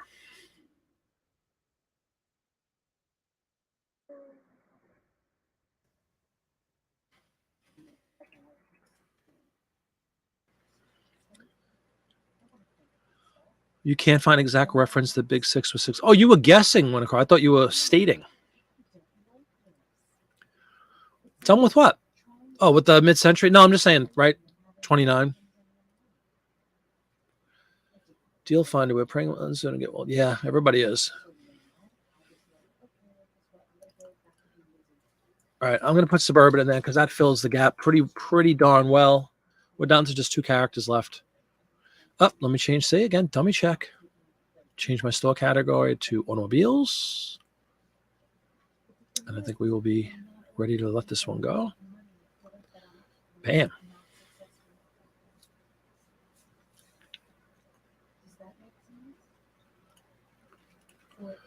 Let's see what we have next.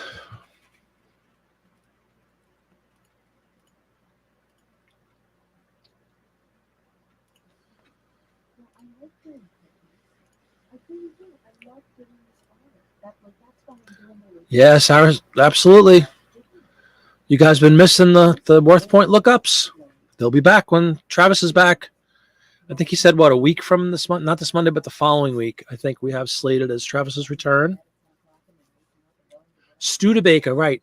What I call Studebaker was, there's tons of Studebaker ads, and a lot of them say Big Six. Even into the 30s and 40s, like Studebaker was very, very popular.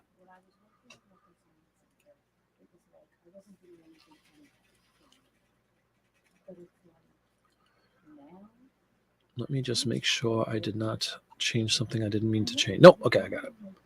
Alrighty. Let's get out. I think that's the only car ad, shockingly. Usually these magazines are riddled with car ads. Admittedly, I didn't. This is another a good thing to know in general for all you guys that are interested in doing this, or a variation of what I've been doing with the ads, is that this is what 1929 Mccalls, right? And I had. Let me see how many we've listed already. Well, granted, it's slow because we joke around and we talk about everything. But one, two, I think we've listed like 14 or 15 ads already.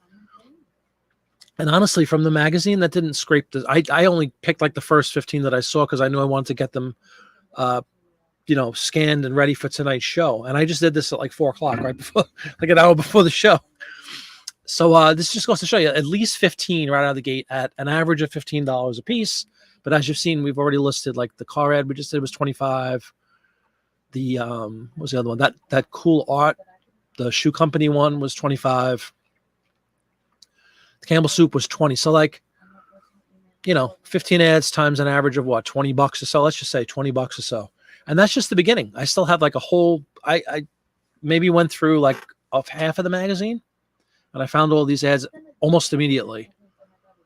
So it's just such. Again, I'm not saying it's a quick. Not all these things sell very quickly, but if you have the volume up, like in the instance of somebody trying to get a haul of magazines, 150 or whatever magazines, you're going to spend a lot of time. You got to take the time to learn and learn what products sell or more popular. But the sheer volume is good, even though they might sit there for a bit. When you have a volume like this goes for many different categories. When you have volume of anything like postcards, or you have volume of pins and buttons, you're going to still sell enough every day to keep you afloat or, do well. You don't have to sell the ad that, like these ads that I list today, I don't expect to sell tonight or tomorrow. They might sell for a year, some of them. But 100 ads that I listed, 3 months ago, I might sell 50 of them all of a sudden this week. So it's just as long as you have enough volume up in this specific niche, you're going to sell every day. You're going to sell multiples every day to people that collect these things. But you really need to have the volume. And how do you start the volume? You start with a collection like that. You get 100 magazines or 150 magazines. You can get 1,000 plus listings easily out of 100 magazines, probably closer to 2,000 listings just from, 100 magazines. Winter Crow's signing off. Hold on. Am I missing this? Sitting here on my perch. Flip that uterus on eBay. Thank you, Winter Crow. Great to see you. As always, have a great night.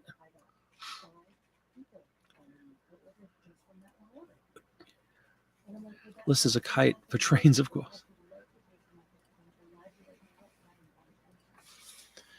But you get my point, guys. Like, it's just really volume. You start like everybody else starts. I don't think many people can just go out and buy 1,000 magazines or whatever. I said 100 magazines out of the gate. But if you're interested in doing it, that's kind of what it's going to take to start seeing a return. And a consistent return is the volume of magazines. Just keep these ads coming up. Keep listing every day. And just, again, based on that sheer volume, you might sell, if in a given, let's say you sell 50 ads a week, which is very easily doable. Let's just say you sell 50 ads a week. The 50 ads, you're gonna sell 5 of them that you listed within the last week or two. You're gonna sell 5 that you listed 2 years ago. You're gonna sell 5 that you listed 2 months ago. And it's irrelevant when it was listed. It's just the fact that it's in your inventory and it's available to be sold. So go get the magazines, buy a bushel, and get them listed. Get the ads listed. Let's get this Essex off of my page. We actually do have one more car ad. Sorry about that.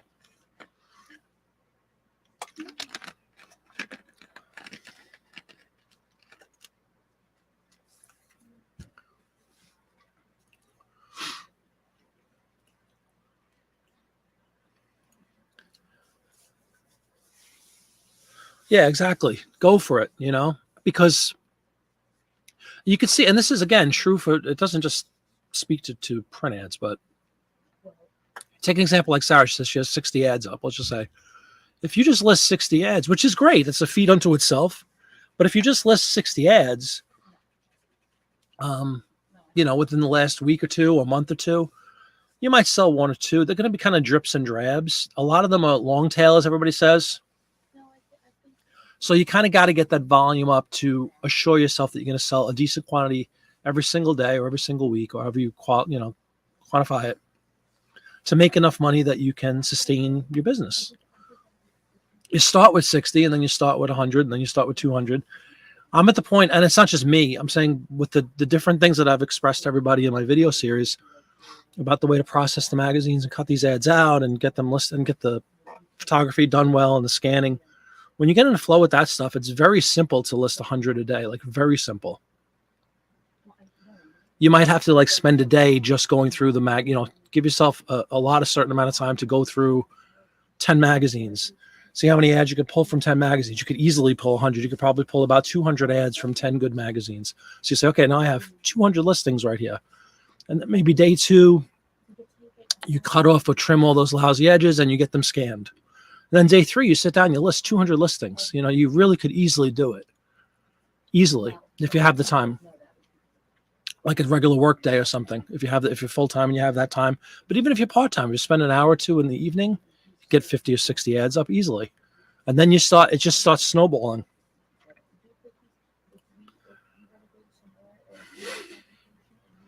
Head on a swivel. Exactly.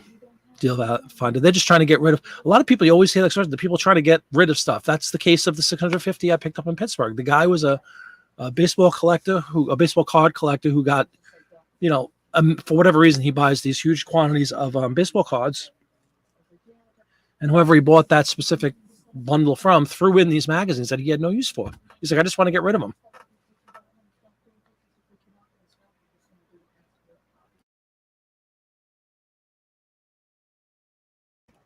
Still choking to death, everybody. We have 33. Oh, perfect. Postcards, fabric, cross stitch stuff. Very cool. So you're all over the place. Is this a real question, Travis? This looks awfully contrived. Marty, I just picked up 40 Life Mag. Did you really? If you did really, look for all the stuff we always talk about on the shows. Car ads are going to be great. Coca-Cola, Budweiser, Campbell soup, Planters peanuts, all bolos. All bolos. All.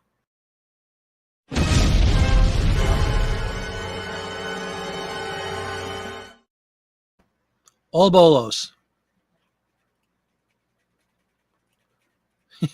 No problem.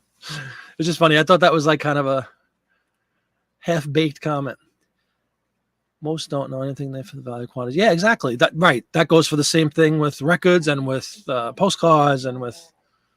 That's the only way we exist is people underestimating the value of products and us seeing that we could triple, quadruple, quintuple, whatever the next one is, and flip them for money. That's what the name of the game is. It could be any product. Buy low, sell high, as the man once said. Sarah with a bottom line statement on all fabric. Make sure it doesn't stink. That's another T-shirt right there, Travis. We should have made. Correct, deal finder. Large lots. I definitely understand that. And magazines are not exactly the most space-friendly items. I mean, we have those standard.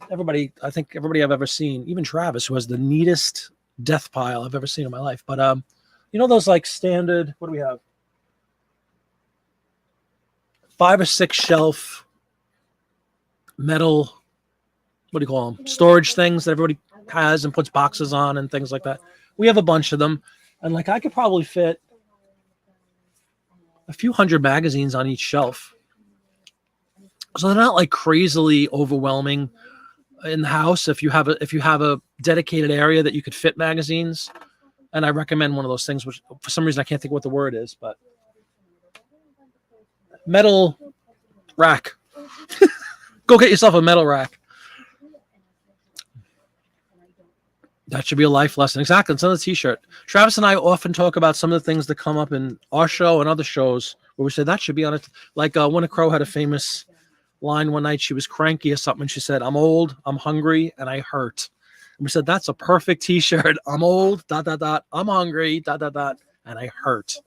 Not specific. My back hurts. I hurt. Metal Rack. I think they opened for a band back in 83. 6-tier shelf this Sunday. Beautiful, Michael. Good time. Fill it up with magazines, baby. And they hold a lot of weight. It's ridiculous. I think it's like 500 pounds per shelf or something ridiculous. Don't have a death pile. It's a death room. No, I understand, Yelfonder. I do understand. But I mean, just keeping it to the magazine world that I'm, showing everybody on these shows. They are heavy, I will tell you that. And this goes without saying, but I'll say it because never assume that things should go without saying. You want a cool, dry environment for your magazines. Cool, dry environments. You do not want to have them in sunlight because it could fade the ink off of these things. And wouldn't that be awful if, they've survived since 1929 and you put them in a corner with a window with direct sunlight and they all start fading in 6 months after they survive 90 years. But seriously, cool, dry environments. Moisture is an enemy of all things paper, but no moisture whatsoever. We have a basement. It's a finished basement, which is where we are down here. And I have like 2 or 3 dehumidifiers going in this basement at all times to make sure it's a cool, dry environment. Here we go. $150 metal shelf of plywood shelves is where it's at. There you go. I'm old, I'm hungry, my uterus flat. Is that what you have, Travis, in Casa de Griffin that you showed us on that show? Travis did a My Cribs episode where he was showing everybody his death pile. It looked like neater than a Target aisle or something. Yeah, I know. Oh, please, this is the best it's been, Travis. I couldn't speak at all for days. Like, literally couldn't talk. Got on sale for $110. Very nice. 48 by 72. Beautiful. Yeah, that's probably the same dimensions that I have. We have like 10 or 12 of them, I think. And they just, they fit right along the periphery of my basement pretty well. Keep stuff off the floor. I define a death pile as being a pile of crap on the floor without a home. So I always try to make sure all of my items are off of the floor. If they're off the floor and they're on a shelf, they have potential to either be listed or they've been listed. If they're just in a pile on the floor, they're going to sit there. Dog's going to lift his leg on it. You know what I mean?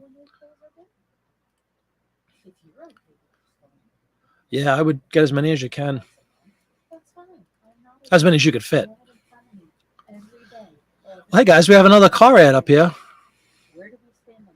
with a couple of groovy flapper chicks again. This would be a Chevrolet 6-cylinder called the Coach.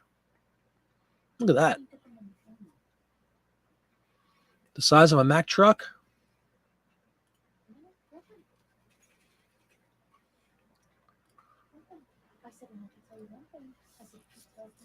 Sarah says, Hub says new TV show Death Cribs.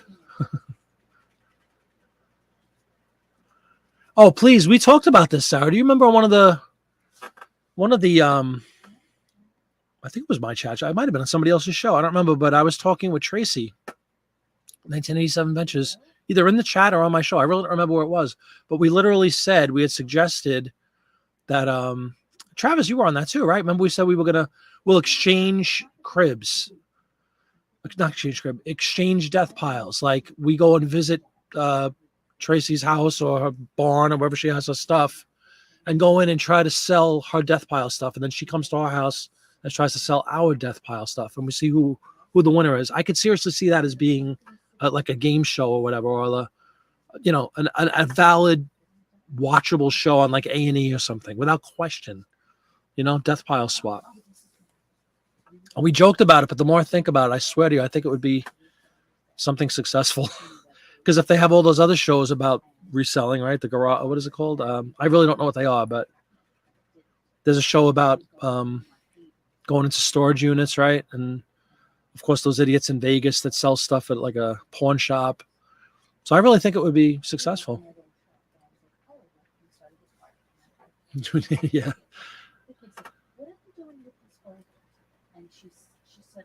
I know. Seriously, man, we should.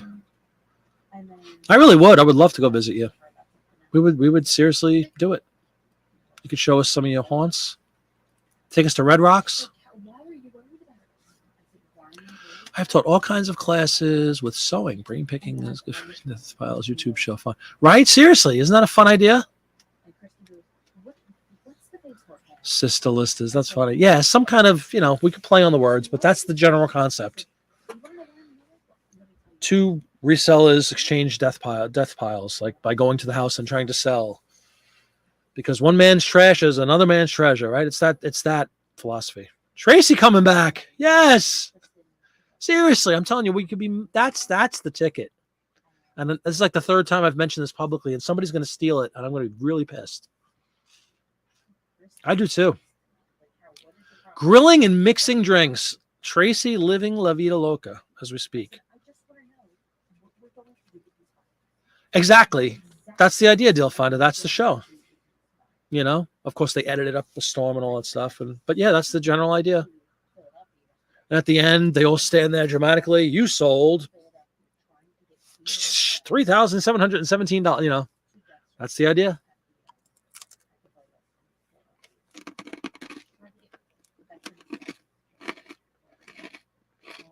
Oh my God, show me the lasagna. It really is a deal. Even without a gig, might just go visit you.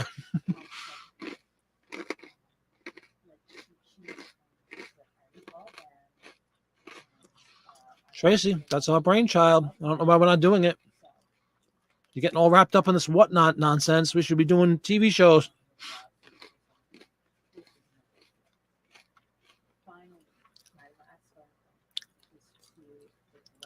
Yeah, exactly. Right, Deal Finder. Like I said, it started as a joke, and then we were really thinking about it. Like I could absolutely see something like that being on TV with all the junk they have on TV. Why not add our junk into it? A 3-day lasagna so that it can marinate. Wow. Big fan of lasagna.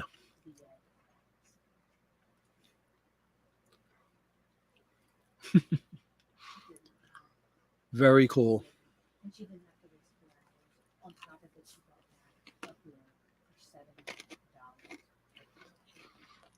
All right, guys, let's take a look at this last car ad.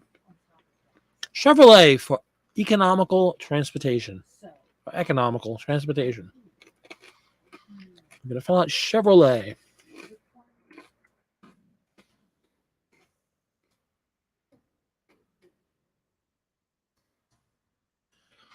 You will find when changing category that Chevy does, in fact, have its own under Automobiles American.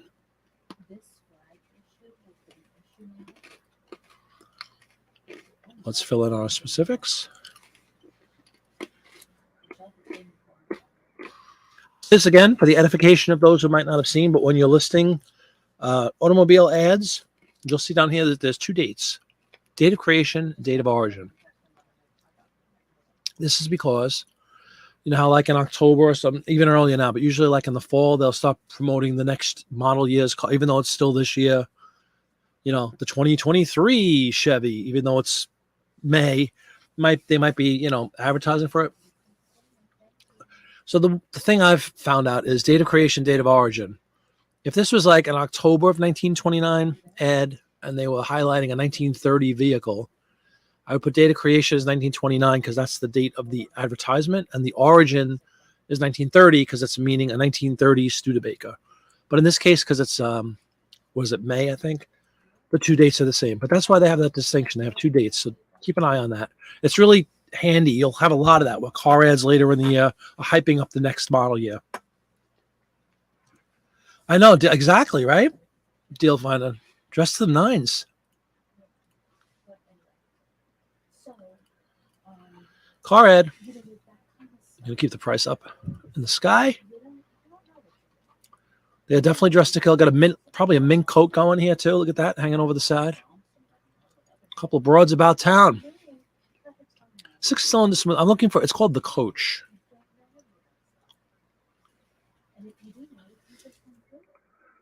Chevrolet Coach.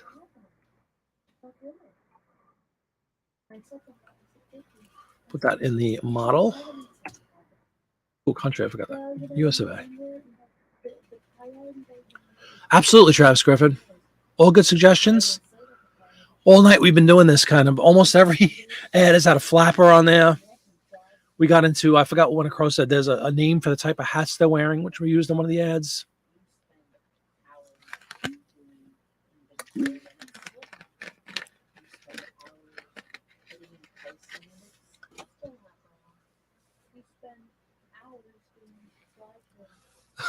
That's funny. Yeah.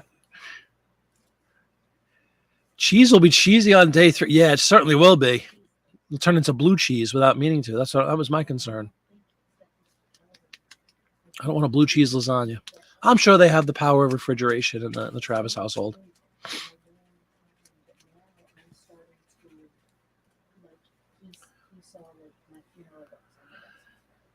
Yeah, that's probably a good idea. You know, recoup, reinvest in your business, go buy some magazines.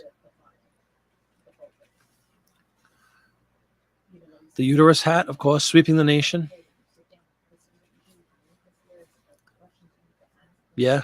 Wow, there's another t-shirt courtesy of Sarah Burns. Draft it, toss it, or give it away.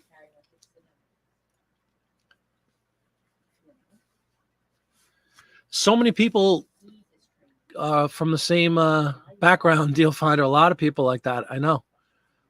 Basically hoarders that have had stuff sitting around forever and decided one day that they're going to make some money off of all this stuff.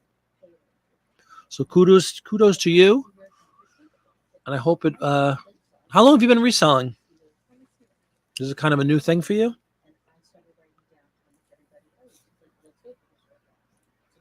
Yes, but variety is the spice of life, Deal Finder. No, it's cool to, there's different trains of thought on that. Some people think that you should get really good in one thing, excel in it and learn it and sell it like postcards. A lot of people start with postcards. Delve into postcards, learn all you can, start listening, make a little money, maybe switch gears into something like record, like I'm a big record guy, or Travis, I know, loves video games and selling games, and comic books are super popular. There's a lot of fields you could get into and really, really dive into them and learn them.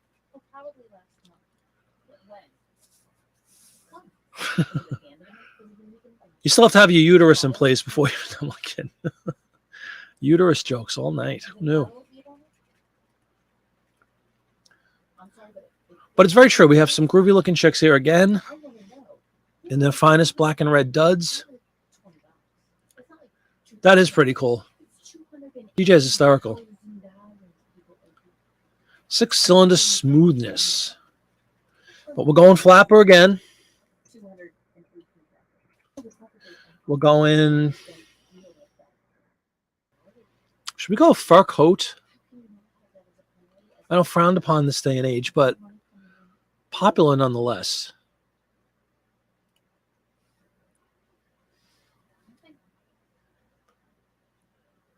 You got injured or retired. Sorry to hear about that, but hopefully you got a boatload of cash for your injury, allowing you to retire.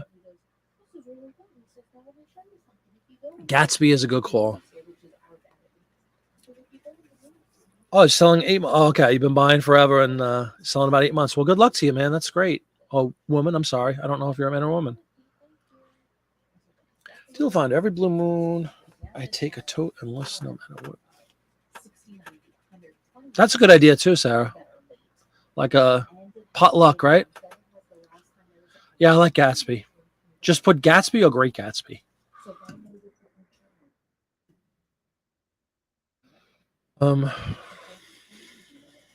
Putting fur coat in there from my previous experiences.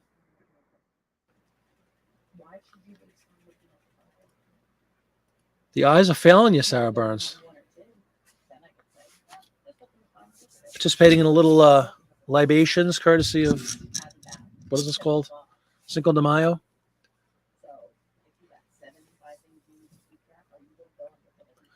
You'll find it has some awesome totes. I have a tote of glass that I bought as a kid. Wow, cool. Just Gatsby, huh? Beautiful. All right. Anything else anybody can think of? Definitely fur, right? Because this chick's got a fur too. This one has it hanging off the side. Look at it leaning back. I don't think there was, in fact, I'm positive, no radios going in there. So they're just chatting away, watching the scenery go by.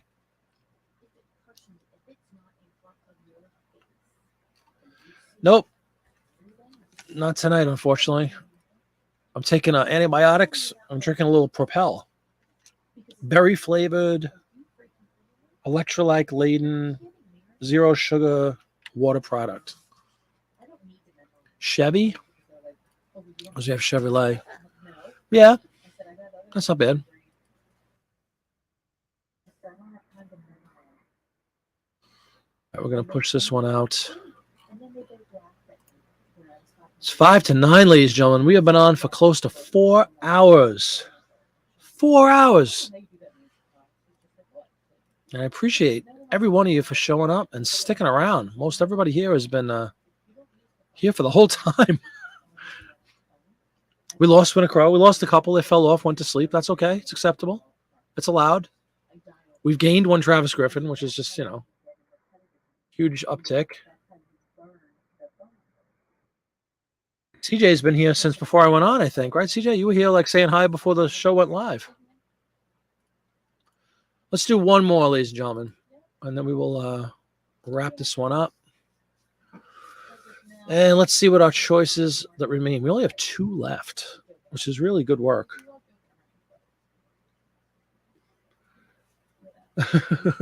Yes, this has nothing to do with the length of the show. It's the bronchitis, my voice, my God. But at least I could speak. I've been drinking these things like going out of town. I've had about 6 cough drops tonight during this show already.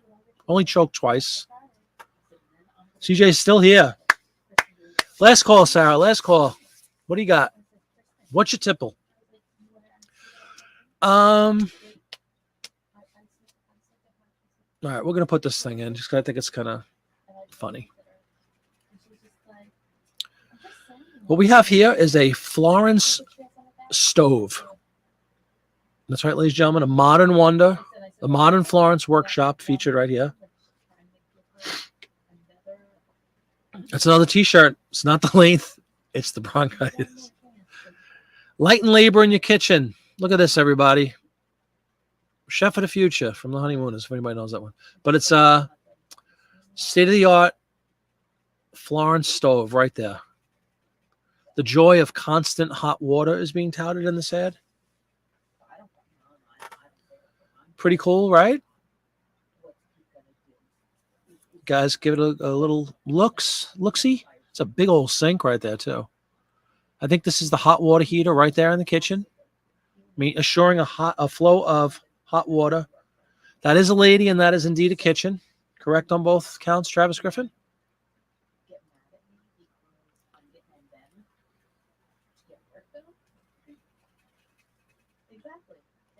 I agree, Deal Finder. But entertaining is always educational. This show? I hope that's what you mean. If so, thank you. If not, no, I'm only kidding. Settle and wait for the money. You can do it. Yes, you're right. Exactly. Hot water. You know what I mean? A novel. Things, again, that we, I'm joking, but seriously, things we take for granted today, or even like the last, 50 years or so, were, if maybe not even in existence in some points, and certainly not available to the masses in many when it comes to these ads that I'm doing primarily from like 1890s on. Oh, thank you, Sarah. I appreciate it. Yes, Housewife is a good one, Travis. I agree. I appreciate that very much, Sarah. I really do. Let's put our heads together and come up with some cool wording. Well, first of all, we're going to put Florence stove. The ENCE? Yes. Florence stove. And let's change our category. And you'll see right here. Shockingly, Florence doesn't have its own category, but we will throw it into the appliances category gleefully. And let's go down and quickly fill out our specifics. We have a black and white ad. We have an original black and white ad. We are dealing with Florence. It is a print ad. US of A in 1929. It has not been modified, only enhanced. and it's an appliance theme. We are going to kick this back down to a reality price-wise. Watch, this will be the one that's worth like $100. But did you guys, anybody watch the? I forgot. I don't think I got to talk about this because I got sick. But I did release a part 7, 6 or 7 in that print ad series about pricing and kind of my philosophy when it comes to pricing. Check it out if you haven't checked it out. Because if you notice during all these shows, I very rarely say like, I think this is worth $24.99 because of A, B, and C. But we've determined basically that car ads are at a premium. Campbell soup is at a premium. Like that's just across the board.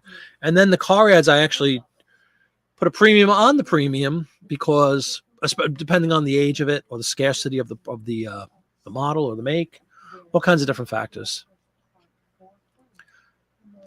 I would not say mid-century because, again, we're dealing with 1929. That's not really mid-century is 50s, right? Maybe late 40s. I don't know what the technical jargon would say, but in reality, the middle of the century would be 1950, right? This is only 1929. I think we're still early century, pretty much. Like it's 2022. Are we mid-century? I sure hope not, because I'll be dead very soon if that's the case.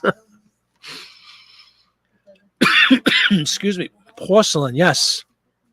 I agree, CJ. But so, like, who's pointing out so much going on in here? We have a woman, reportedly a woman. No, it is a woman. Definitely not a flapper. Got the hot water heater right there next to the stove. You have all kinds of goodies going on. You have a gigantic sink. You have that like black and white tile floor, which was prevalent at the time. Yeah, Deal Finder, all 1929. So we are nowhere near mid-century.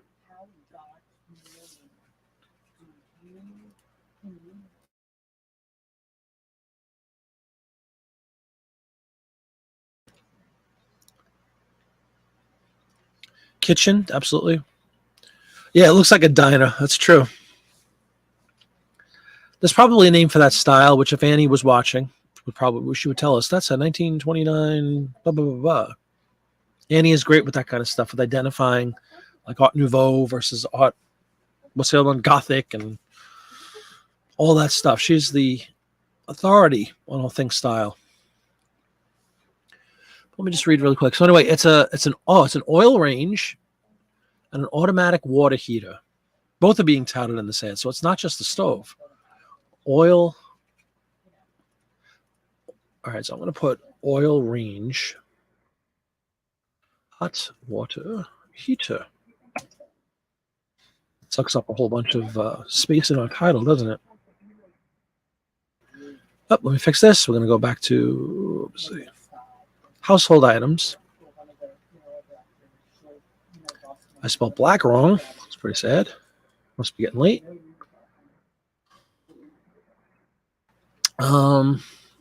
Housewife, Art Gothic. Yeah.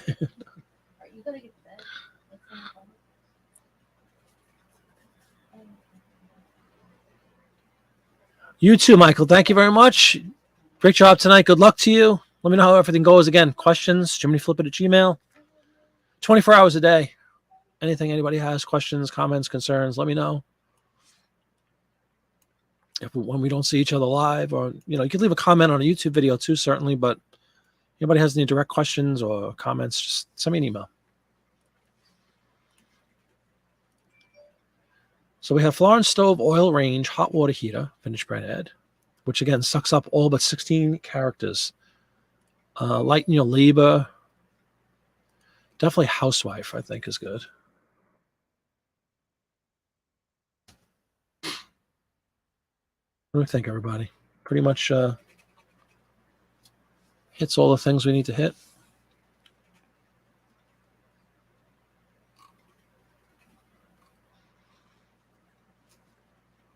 Yeah. Good night, Jeff. Jeff, too, has been here basically from the beginning of the show. Thank you very much, sir, for showing up. I appreciate it. Yes, gently nudge the like button if at all possible. I appreciate that. Thank you, Travis. I think we are going to list this one and wrap it up for the evening. I can't believe I just spoke for 4 hours and 4 minutes. More speaking than I've done in the last 10 days, in the last 4 hours and 4 minutes. Let me clean this up really quick, and we will say good evening.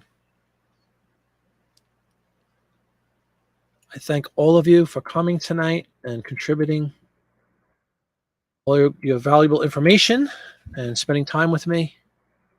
All right, we're going to save this as a draft so that we'll go ahead and continue because I still have a few pictures that I'll do on my own.